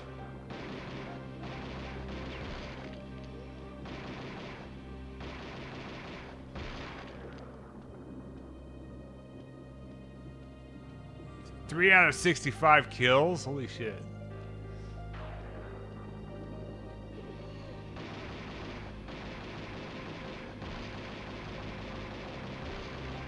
This is weird.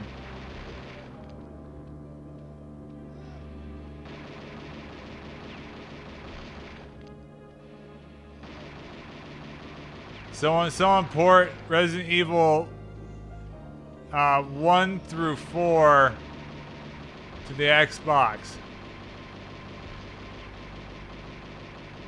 Including the remake of 1. Do what they did with the GameCube, but for the Xbox.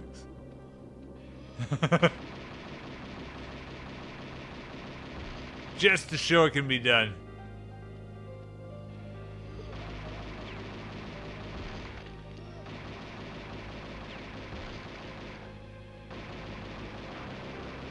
You guys got fucking GTA 3 to work on the Dreamcast. You've got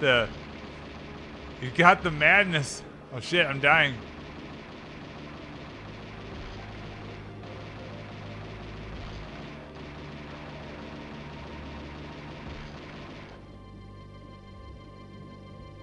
Oh fuck.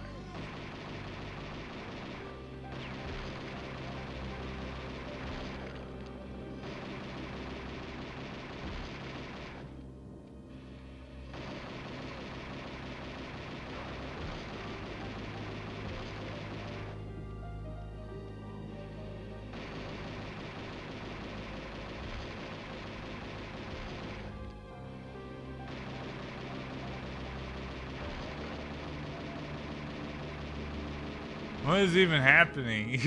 Oh,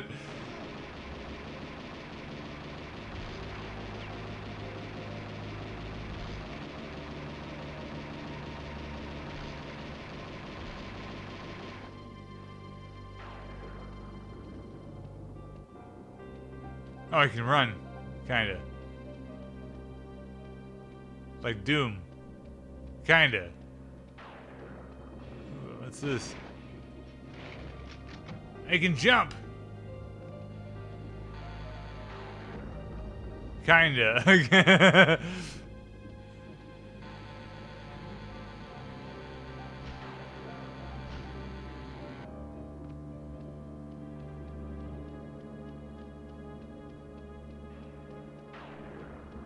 If someone ports fucking Resident Evil 2 at least to the Xbox, I will stream it. Anybody out there? I know, like, fucking, there's probably an N64 emulator, but no, I want like the, I want the GameCube port, which, I mean, it's just like the PS1 version, right? But whatever. It's probably way easier it's probably already done what I'm describing. No, Resident Evil 2. If Resident Evil Remake comes out, there we go. That's my. Those are my conditions.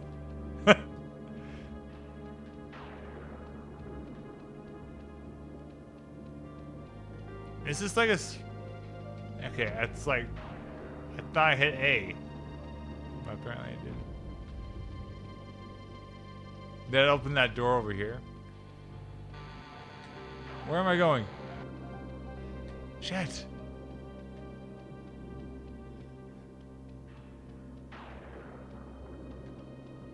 it this way?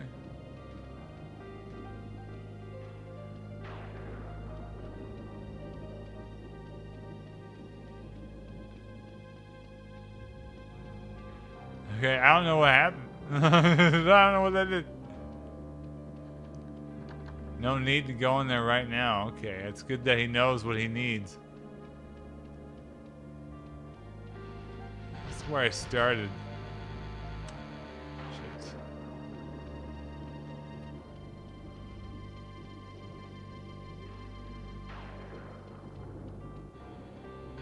I have no idea what the story behind this is, other than I'm pretty sure it's a homebrew game or a port. Or it's either a game or a port. It was like.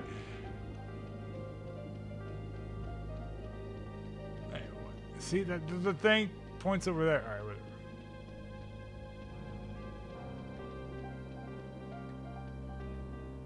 whatever. Hold on. Let's think this through.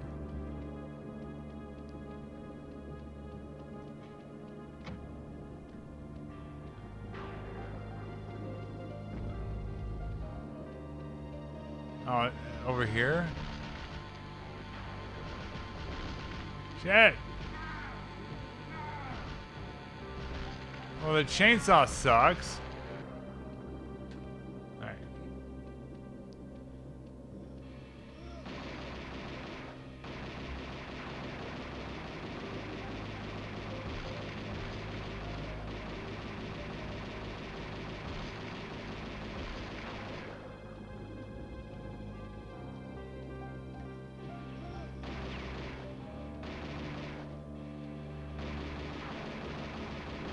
I'm going to get copyright claimed because of this fucking music.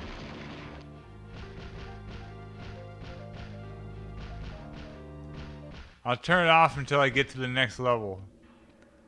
They'll be like, "Oh, you're just playing the Resident Evil shit." It's like, no, that's totally not what happened. Oh, I see.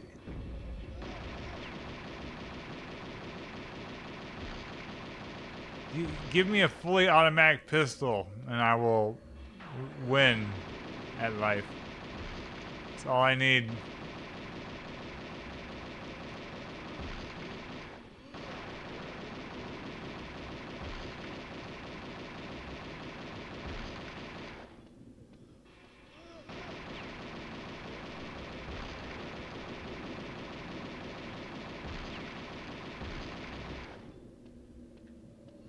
Oh shit.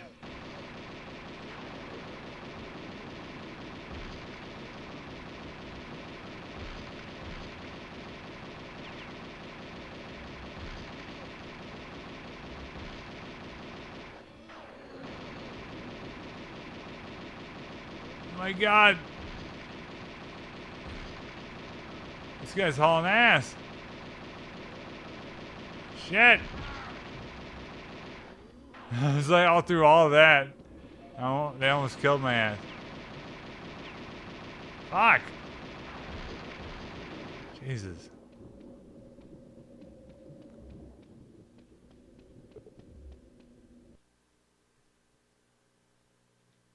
Population 1. Alright, what does the music sound like?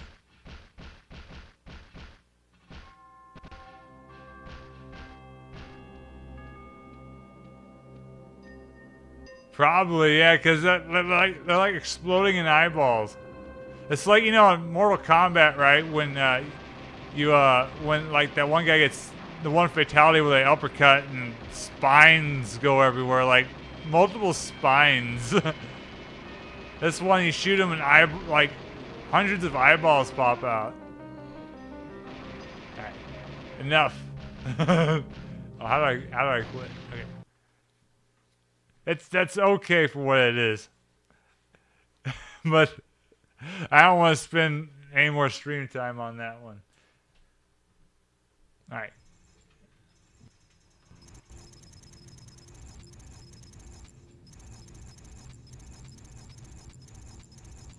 Island Thunder. That's one of the. Oh yeah, that's right. So if that's what I think it is, it's a standalone expansion on the Xbox, despite it not being standalone on PC. And then I think the PS2 has its own expansion that the PC and Xbox did not get. Weird. Okay. Zombie Crisis. I was going to jump into Xbox Live Arcade. So this, I think, I have everything unlocked. I'm not positive, though.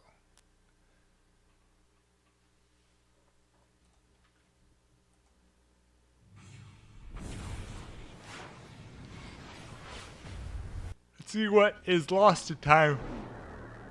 Also, it's a damn shame that arcade no longer exists because, and I blame 100% the makers of Super Meat Boy or I think it's their fault for upping the file size because it basically then turned, oh, now normal games can just be on the Xbox Live service instead of creative little fuckers. And in hindsight, no, it was not worth it. I'd rather play Bookworm than Super Meat Boy. But we've got Snapco. Okay, yeah. Pipeline, I think, is that BioShock puzzle. Yeah. Think tanks. What is think tanks? We're gonna find out what think tanks is.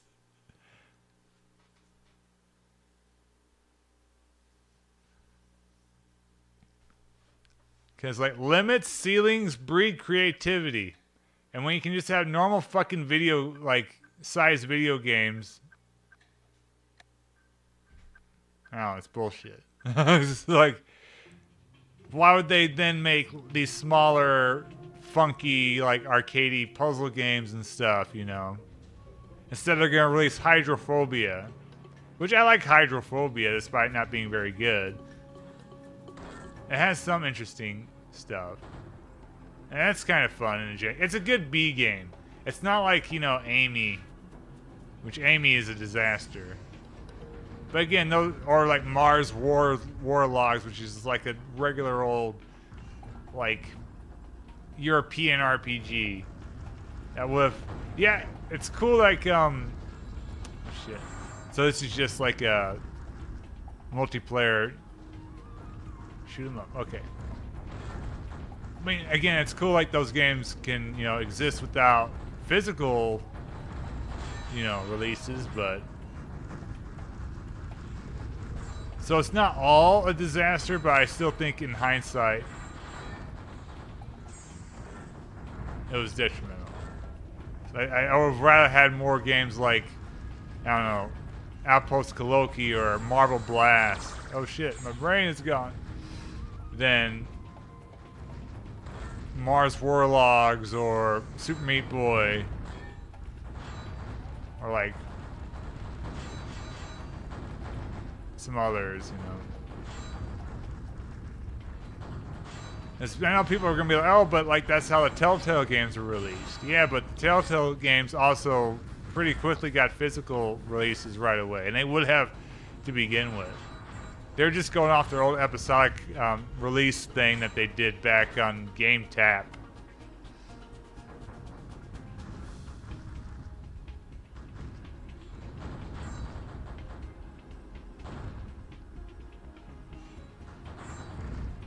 Alright, this game kind of sucks. Alright.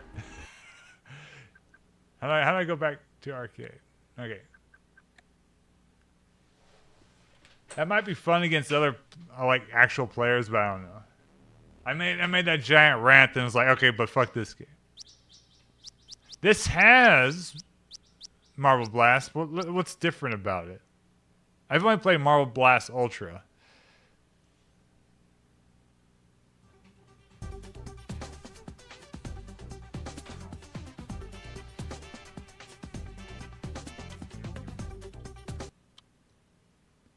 It's gonna be the same, I bet.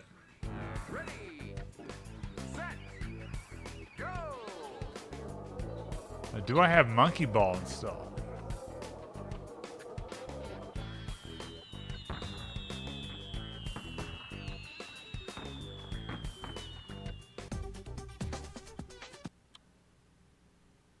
So this was a very like either if it's a sequel, if it's a expanded version of this, whatever. Marble Blast Ultra was a very good example of an Xbox Live Arcade game.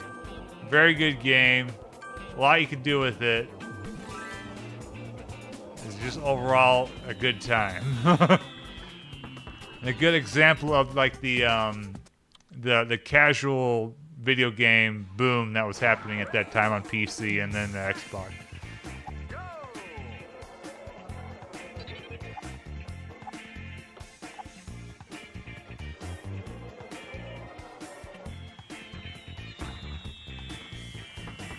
You never played Robotron? Alright, let's go. I'm gonna do Robotron. Robotron, like when I got a 360, Robotron and Doom were the first, or was it? I think it was Doom. No, it was Robotron as I had to buy a $20 Xbox Live point card to change my name because I put my real name in as my that's how they get you, right? So I bought Robotron and Time Pilot with the extra $10 left over. Now I don't have a Robotron arcade cabinet, but I do have the FPGA that has all those early Williams games like Robotron Defender and Stargate. But I do have a Defender arcade cabinet, a little cocktail. So I do have Defender for real, but I also have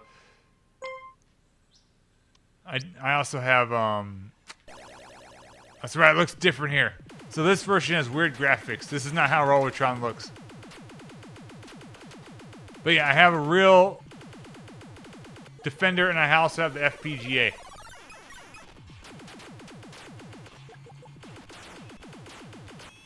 This is weird Defender though. No, this is weird Robotron, not Defender. Oh, really?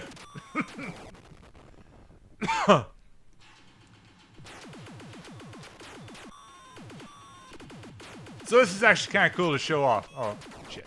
I died. Because it's got a graphical change.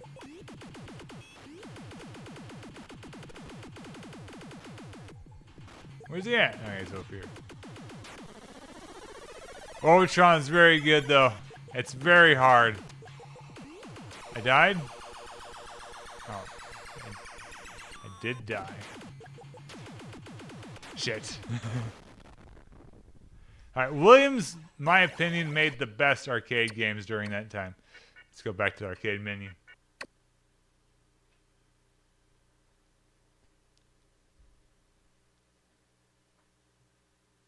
Smash TV, Pipeline. Okay.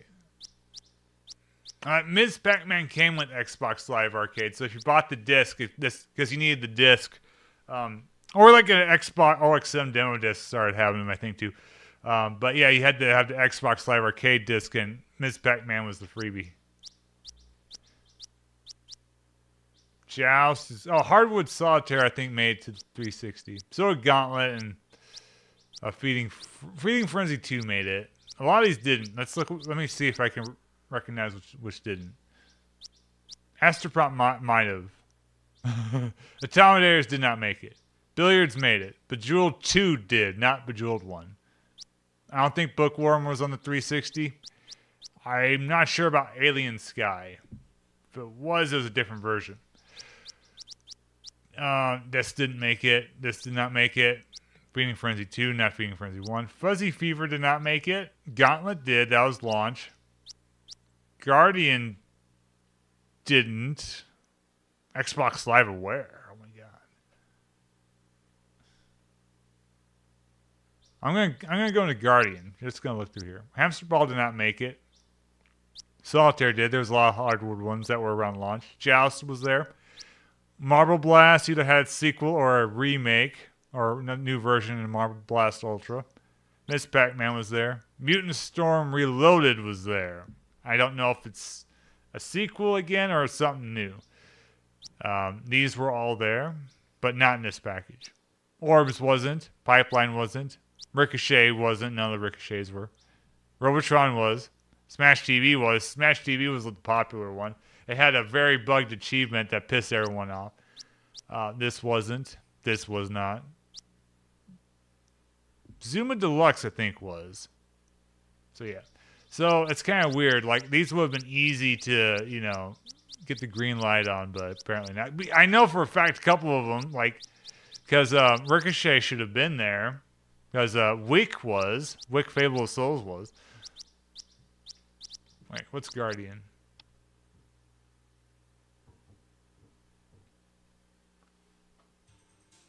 Superluminal proudly presents.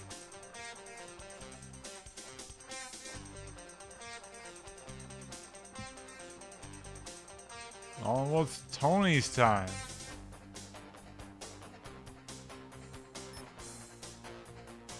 Like, there's not that many of these. I'm pretty sure these are all the Xbox Live Arcade games. Really took off from, again, because 360 was just that much more popular to begin with. Oh, is this a Defender clone? Okay, so that's probably why that this is not on the not on the 360. It's fucking Defender. That's the Defender Easy version. I was trying to get good at Defender. I was starting to do okay, but now it's been years since I've been played it. Because when you buy a Defender arcade cabinet, it's like now you have no excuse. You have to practice. As Defender is a very difficult game.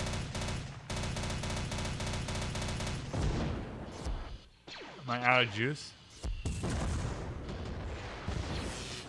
What's going on?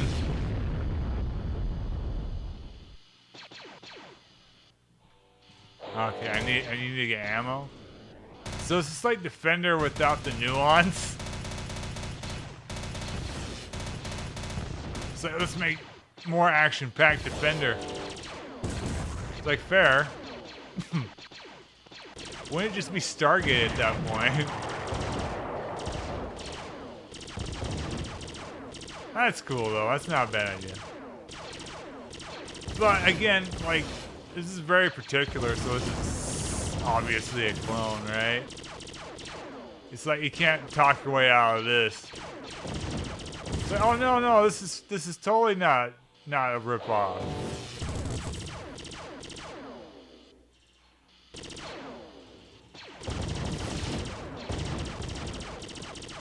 Do I need to destroy all the mines too?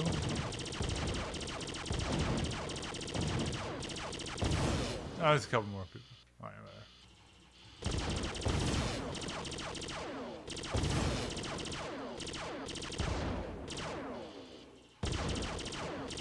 All right, okay, we just need to. Okay, not all the mines.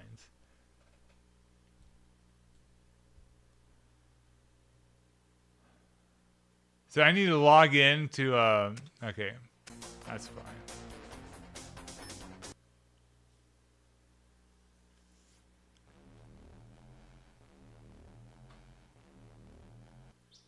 Anything else interesting?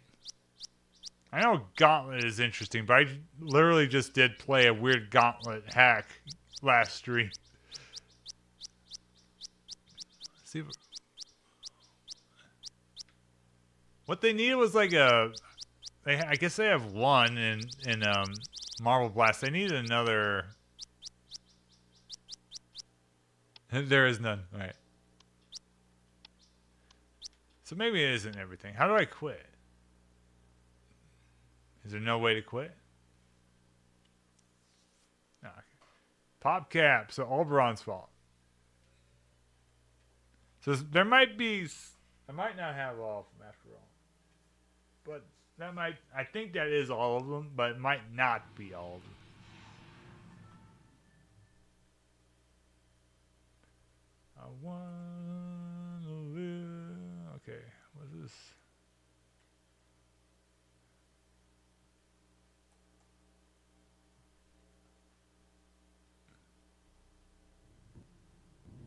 Okay.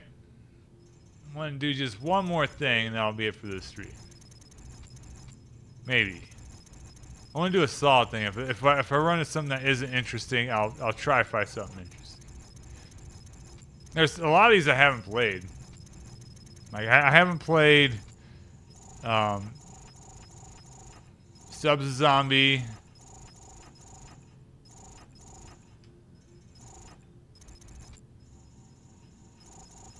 Pure Pinball. Pirates of the Caribbean. That one might be interesting. That's a weird Russian open world game, I think. I haven't played Medal of Honor European Assault.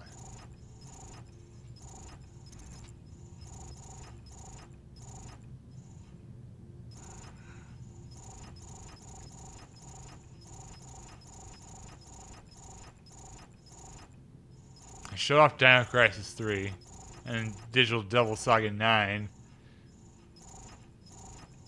Breakdown is cool, but I'd have to do that on its own stream. Then maybe next time I do one of these, I'll finally escape the Xbox. Actually, you know what? Let's look at these. These are the late. I think Arcade Treasures 3 is the late stage.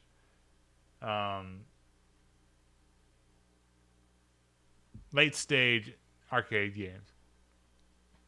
Yeah, I think you're right. Like I want to say Akela because a friend of mine was a fan of those games, and he mentioned that he originally got Pirates of the Caribbean thinking it was going to be like Pirates of the Caribbean based, but it turned out just to be one of those games.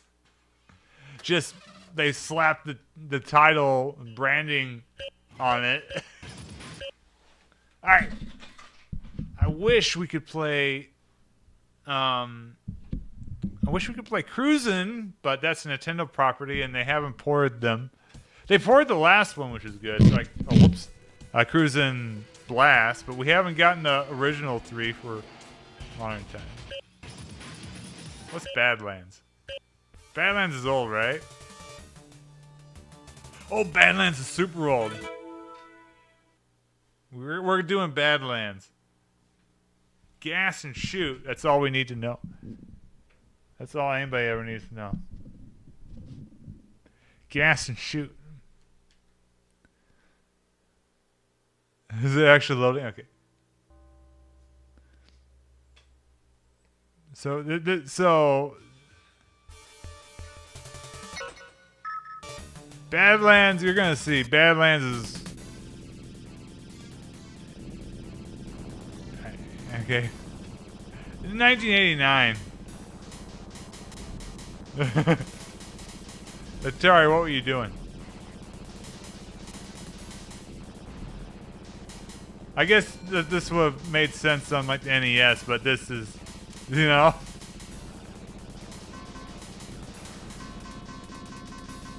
This is very, yeah. All right. You play a game called Badlands. That's not what you think. Stun Runner.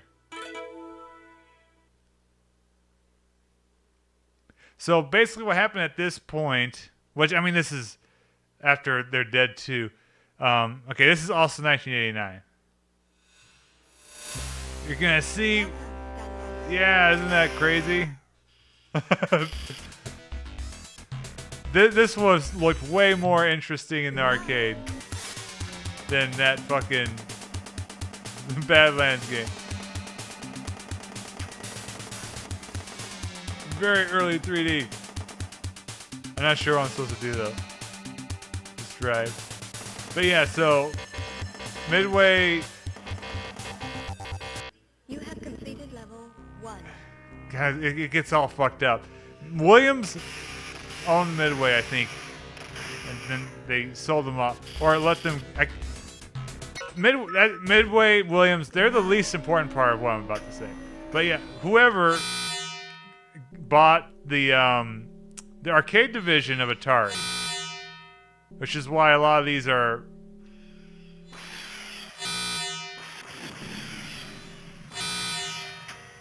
these Atari games are published by Midway after this, and who knows who now, and not like Infogrames, because they had their the arcade division. So the division that you'd want, not the makers of the fucking consoles, right? No, you want the guys who make the games, which Midway had, like Gauntlet. Their big hits were like Gauntlet Legends and Gauntlet Dark Legacy, and like what was it? A couple fighting games. I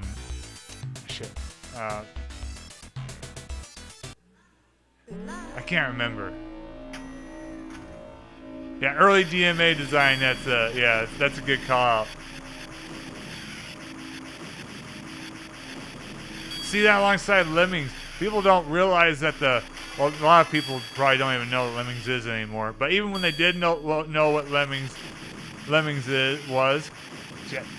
Oh, I keep like dodging what I need to grab. Yeah. This is fun though. Oh shit, is it?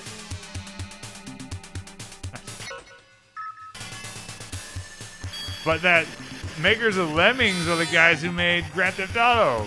DMA Design. Changed their name to Rockstar after... You have completed level 3. Either after Grand Theft Auto 1 or after Grand Theft Auto 2. There was still DMA though when Grand Theft Auto 1 came out. But yeah, so they like Area 51. And there's a couple other like fighting games that Atari did. Atari was doing a lot of cool stuff. I think they did San Francisco Rush.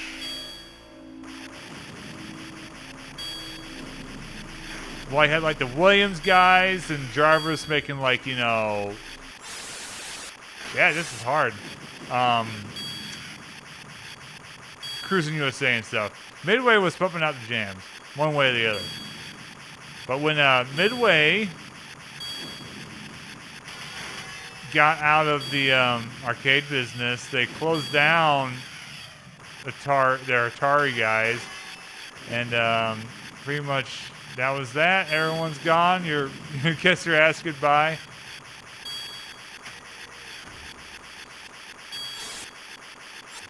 And so they kept the Mortal Kombat guys, Midway guys, right? But Jarvis, they left too, like him and his crew.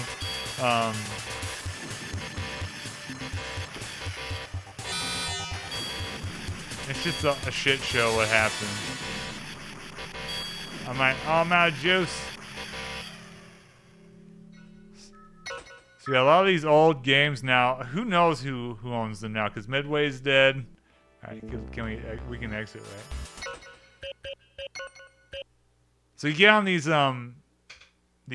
compilations, and a lot of them are Atari games, which again under Midway, of course, but.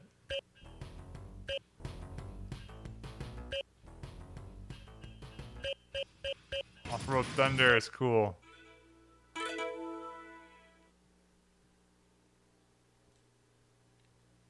Again, it seems like this compilation is missing out on like Cruisin' USA. This has got Hydro Thunder and Off-Road Thunder, but it doesn't. Arctic Thunder, I think, was on the Xbox, but it was newer, so I think it was standalone.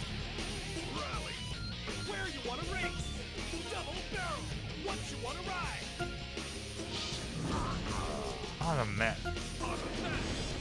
But yeah, this guy, this guy, huge 3-game hole in it.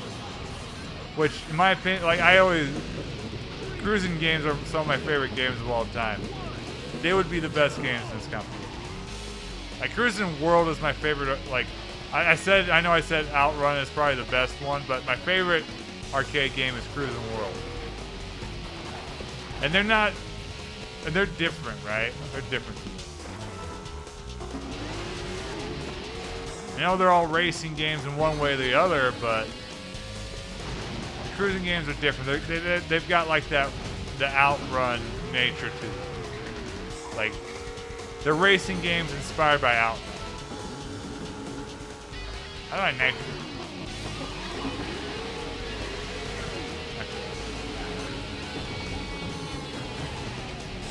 No nitro.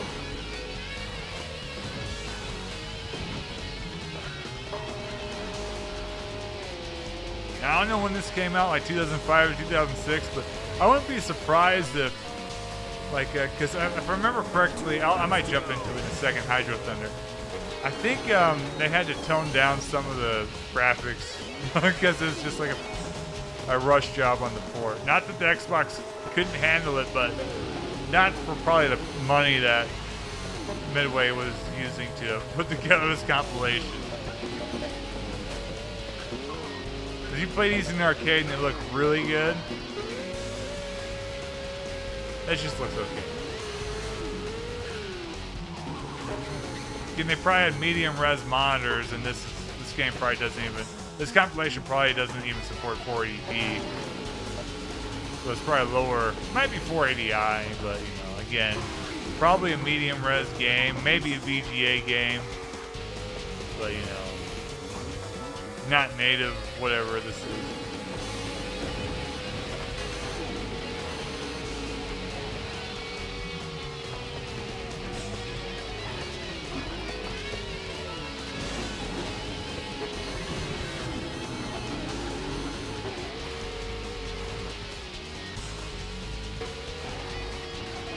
Atkins-Taya.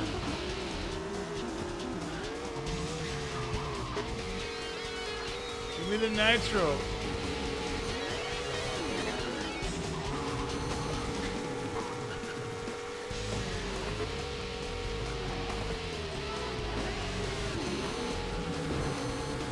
He's gone.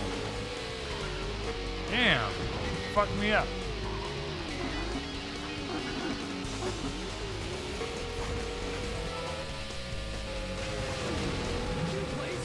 Damn. Got my ass kicked. Here are the thrill seekers, the tough guys. At least it's positive.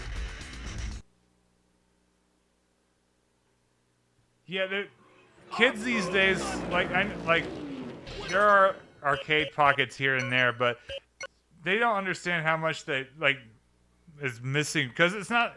The games themselves are a style that you don't really see nowadays, right? But also there's like a social aspect to it, right? It's different than like playing games online or watching a streamer play games. It sucks that these things are gone. You know, you hop around, you know, an arcade cabinet, people are beating the shit out of each other in Tekken and Street Fighter and Mortal Kombat. You don't get that same like vibe. I don't know what I'm doing. Okay. Yeah, I think this is different than the arcade version. Lost Island.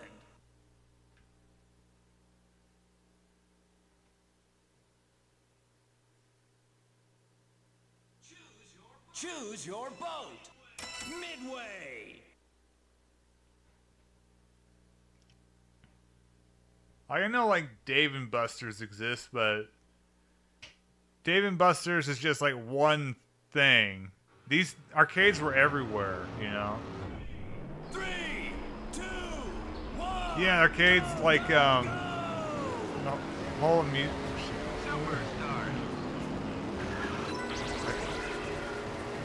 Yeah, this doesn't look as good. This might be based off of the N64 or Dreamcast version. This is not their. I'm pretty sure this ain't the straight up arcade port. This does not look as good as the arcade. But yeah, it was a social aspect. You know, they had food. You know, other amusements, right? Claw machines and shit. Like you get aspects of all of these hidden in places, right? Like maybe, you know, a claw machine here, an arcade machine there, but it's not a center of having a good time. The closest, oddly enough, the only thing that kind of matches is a casino, but casinos are for crazy people. Arcades were for everyone.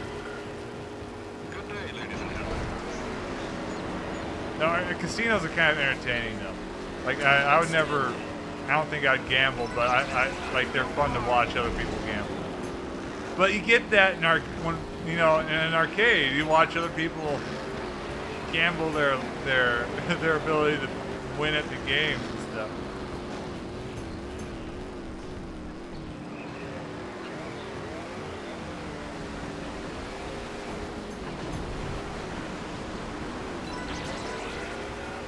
Unless they're loud, you can hear the booming. Time extended. They're just cool. I miss them all greatly. Tight turns ahead. You'd have the fancy newer machines that cost like $1 to play, but then you always had the real old machines with like, you know, Super Mario Brothers or Pac-Man where it cost like $0.25. Use your booster. Great time. You placed third. Even like theaters are going out of business too. I don't know how people have a good time. I think people just drink now.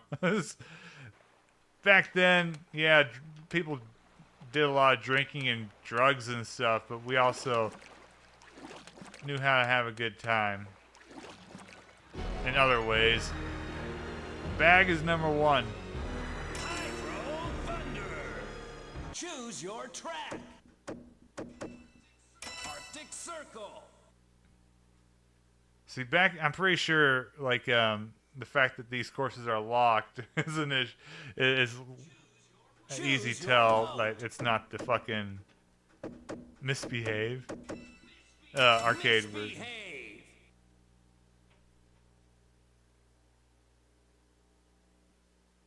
So I watched Netflix. It's like, I don't want to watch Netflix. It's like,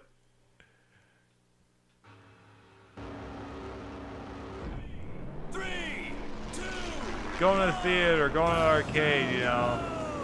Going to the bowling alley, those were good times.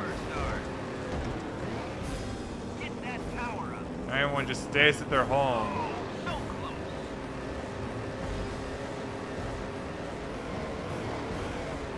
time extended. Like, I had a crazy day today. I went to the theater and then I walked to a guitar store and picked up that acoustic guitar I was playing for the first like half of the stream.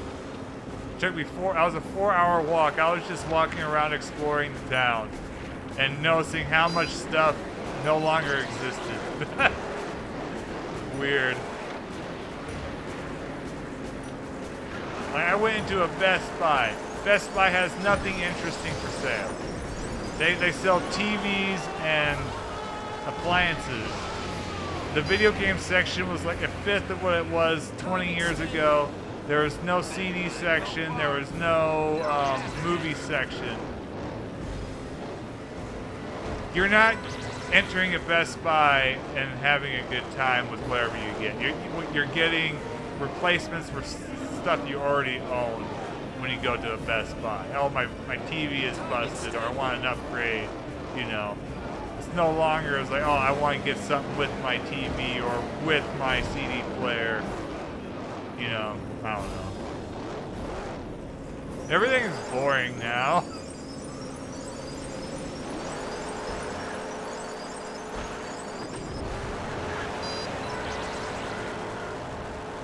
Time extended. Tight turns ahead.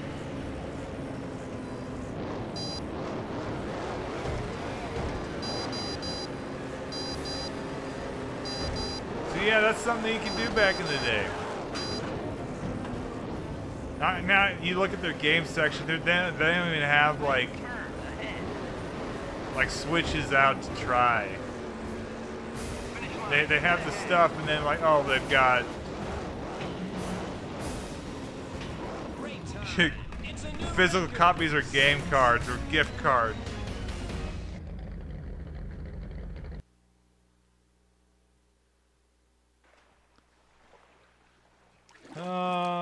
JK.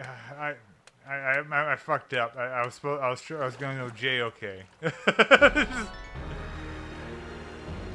Alright, let's exit. Let's do one more of these arcade games. I might actually jump into Midway Treasures 1. I suck at San Francisco Rush.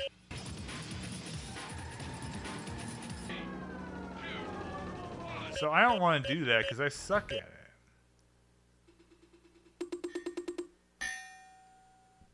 What's extra content? So yeah, we'll jump into the other one.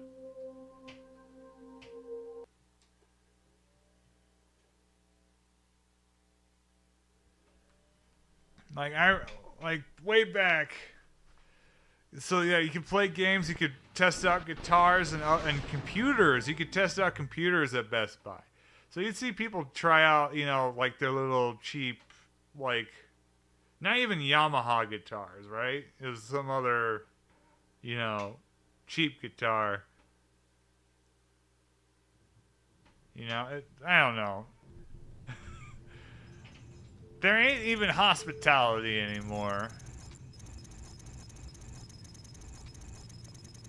It's like, why try anything out these days?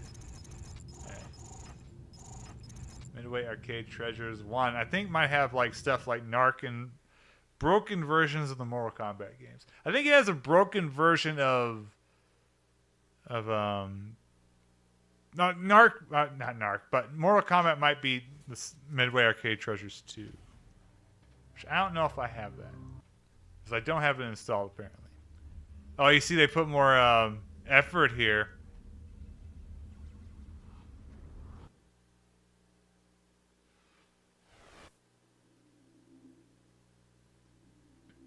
Okay, they made it weird, though.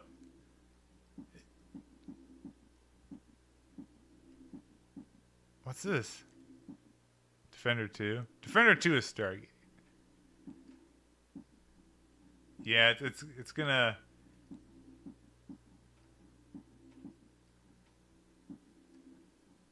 Is Narc not here? That might be 2 then. Blaster is here. Is Sinistar here?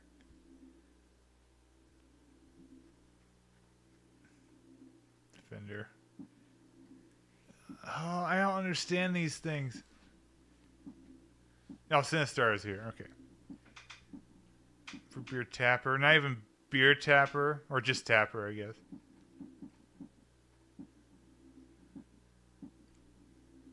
Road Blasters.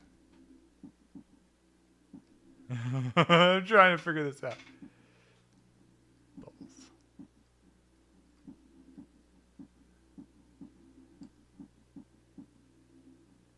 Yeah, it's a weird time we're in.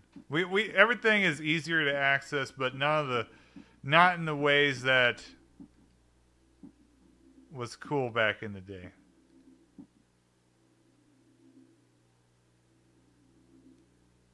Oh, Satan's Satan's Hollow. Okay. I've played all these games, of course.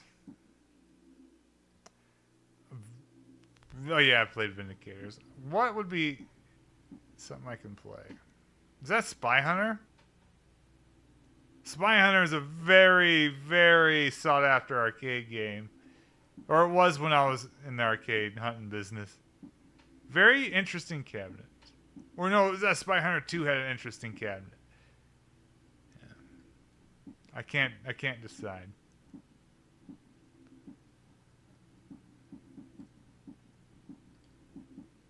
Sinistar. We'll do Road Blasters.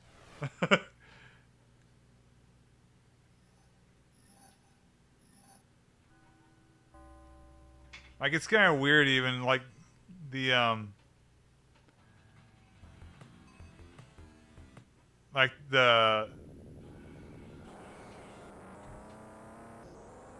going to a theater and watching, oh shit. An old movie was kind of a good time.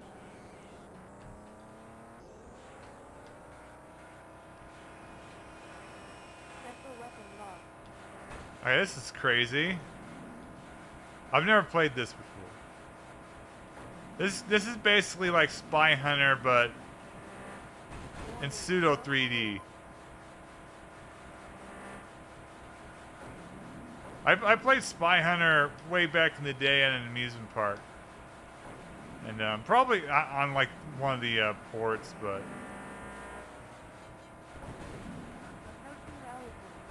I know people really like Spy Hunter. I guess just like the vibe of it. It's one of those like that's well known for having one of the worst sequels.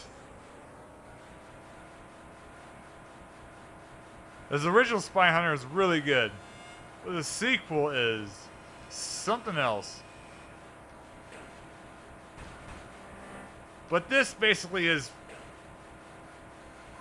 what Spy Hunter 2 should have been.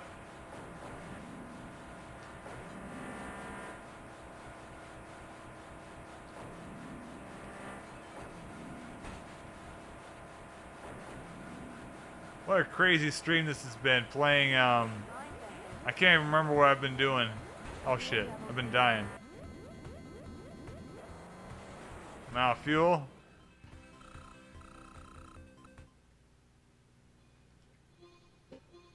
I know there's a lot of outrun going on. This has been a driving game. A driving stream, I mean. Let's just do Spy Hunter. Hold on. Is Spy Hunter 2 here? These are defenders. Blasters. Robotron. This is just Spy Hunter 1. Okay, we'll do Spy Hunter.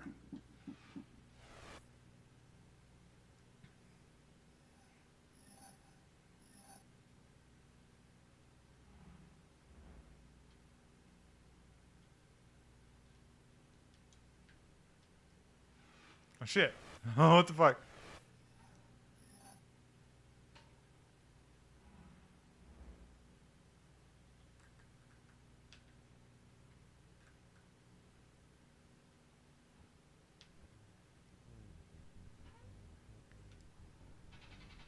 How do I drive?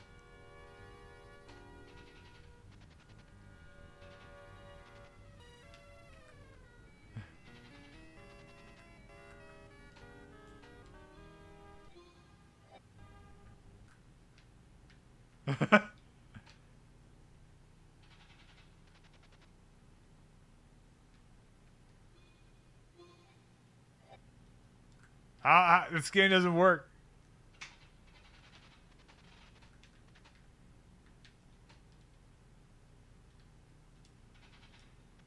So A is shoot.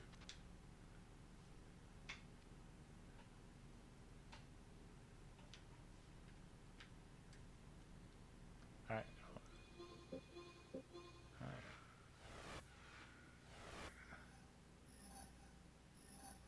Change gears. Gas is. I swear to God, I was holding the gas.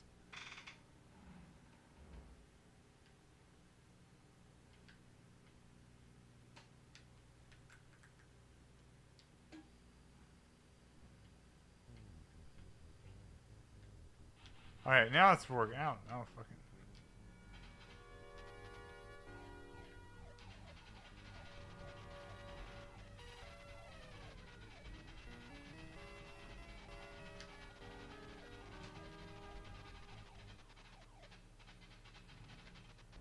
Oh shit. I think I'm shooting the wrong people.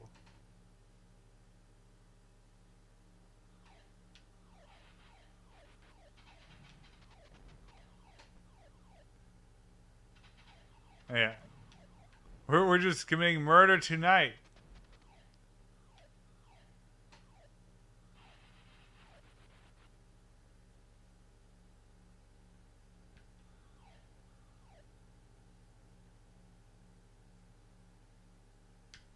Oh shit.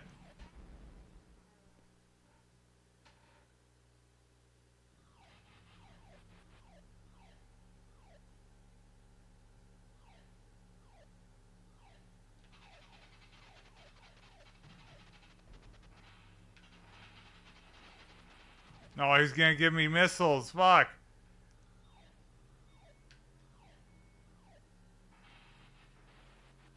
Wow. He's got a good sense of speed.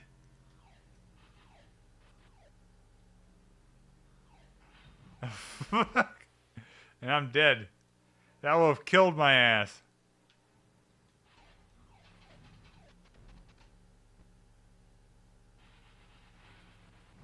Oh, sorry, guy.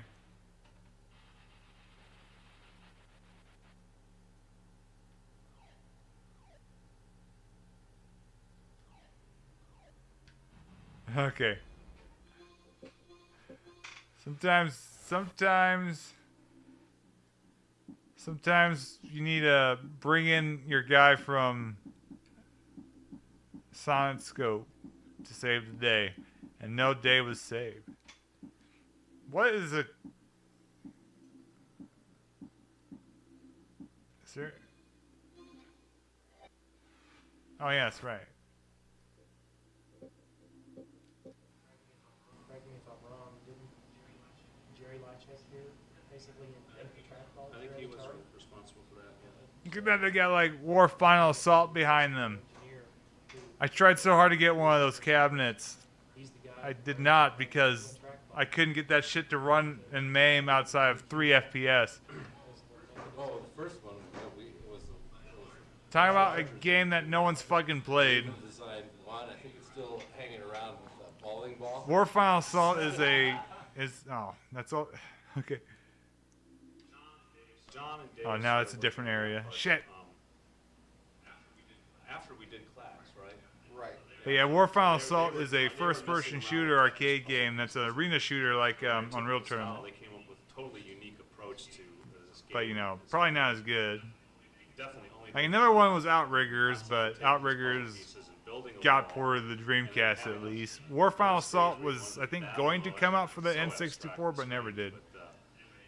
Anyway, they got the game up and running in a very easy play, a fundamental state, and then Pete Lipson, who was another developer at the time, programmer, worked with Mike a lot, and I, at lunchtime, started playing Rampart every day at lunch. Religiously.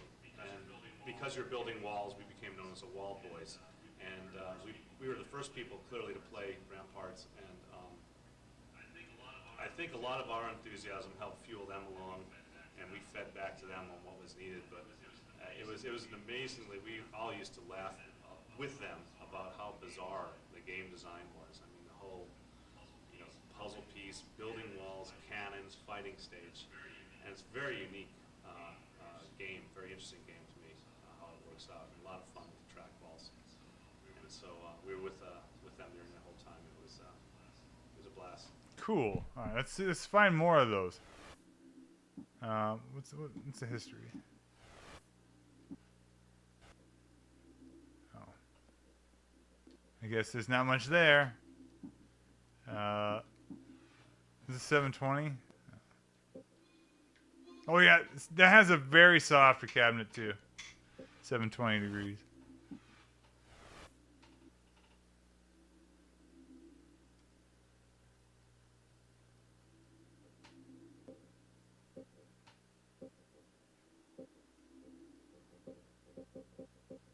What?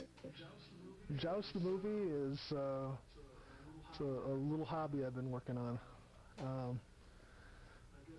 I guess the transition is I started off as a toy designer, then I became a video game designer, and then I would like to become a movie designer. So I had always thought that Joust would make a great movie. The technology was never there for what I had in mind, but now it's more than there. Whoa. Right now, the old video games are being gobbled up by collectors and in people's basements. No comment. The prices are just starting to rise on some of them. You can still get a lot of old games pretty cheaply. Yeah, like people don't understand how cheap a lot of these arcade game cabinets work. Again, part of it is because of how big they are. But yeah, during COVID they skyrocketed. It's no good. Blaster is interesting. Do they have anything in there? No history. Damn.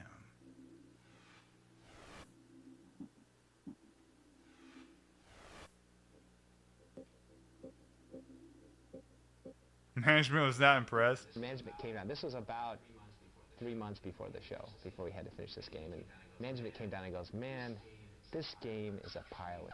I mean, this game is so stupid. I mean, what are these people on here? I mean, where are you going? You know? It was like, you know, they were saying, okay, you got to get rid of these stupid astronauts out of there, you know, and get some game going here, you know, because you are really blowing it. The show was the the Amusement and Music Operators Association, the AMOA, which is the big coin-op, quarter-eating game show, and in the United States, and mostly attended by game room operators and arcade chain executives and various other industry hacks. And the thing is, the tragic thing is, none of these people actually play video games. You know, and we had Defender out there, and nobody would play it. I mean, they were afraid. They were so afraid of this game that I had to, like, spend my time trying to lure people into our booth to, like, play the game. And they'd want to watch me play the game. Or, you know, sometimes we'd have a couple of kids in there playing the game. But mostly the game was empty because everybody was so afraid of the game. I guess it was all the buttons. You know, we just had so many buttons on there. That, you know, people just go, man, I just can't deal with this. Yeah, people, there's a lot of people that can't handle the Defender. Oh, Rampage. My contribution was this. I did. Oh, Carnival is cool too. Shit. Brian and Sharon came up with the original idea of Rampage as far as we wanted, it's like, And Blitz 99. These are old videos. I know this is an old compilation, but these videos are old. Got together and stuff, and we went from a 2-player monster breaking up the world to 3. It was a lot of it was to do with we were going to make you the biggest, baddest character on the screen and have all the good guys being the little people that you were destroying. It was a game of letting you do the destruction, and you be the bad guy for a change. Be the bad guy and have fun at it. Yeah, I've the one I've played out of those is Silent Hunter. That one, video game nudity. Once the monsters. But like, yeah, you had to have the manual out to know what to do a lot of the time. So I did a little nude picture of men and women covering their private parts, such as they were. And actually, we had a fair amount of backlash over that. Here we've got something with that, you know, her hips are only 3 pixels wide. So I defy you to point anything out if you could find it. But we actually got some. Can't do that. These people. Once they found out they were nude, there was a backlash. But it was more just, you know, talk. It didn't hurt us in any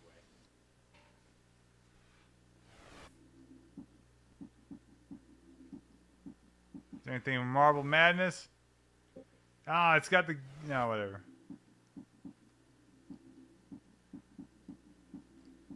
There's really nothing on Spy Hunter?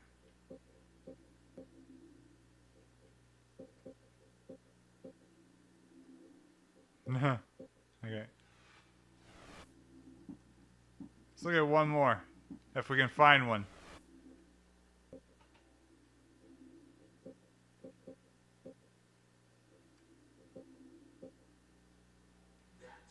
That quality that I saw back then, it still stands out. A lot of times these days with a lot of the games, the newer games that we see come out in the arcades, they're interesting, but they're either they're beautiful games to look at, but the gameplay is real lousy. It's not an enjoyable experience. Or they've got some interesting gameplay things going there, but they don't pay attention to graphically what really makes a game look good and can help bring the player into the experience more. You don't see a whole lot of attention being paid to all of the parts of the game all at the same time, as they used to in the old days when the disciplines seemed to have been different. And so it's really easy for me to believe that there's this, you know, classic bring the old stuff back again kind of sentiment out there. Okay. All right, that's a good place to end it, I suppose. I will try to get back to streaming something else. At some point, I think our Xbox adventure more or less is. I need to put a stop to because it's just. I'll hop on maybe more PC games or whatever. Just weird because there's tons of weird games out there. Not only the Xbox, but anyway. Thanks for stopping by, y'all. I will return.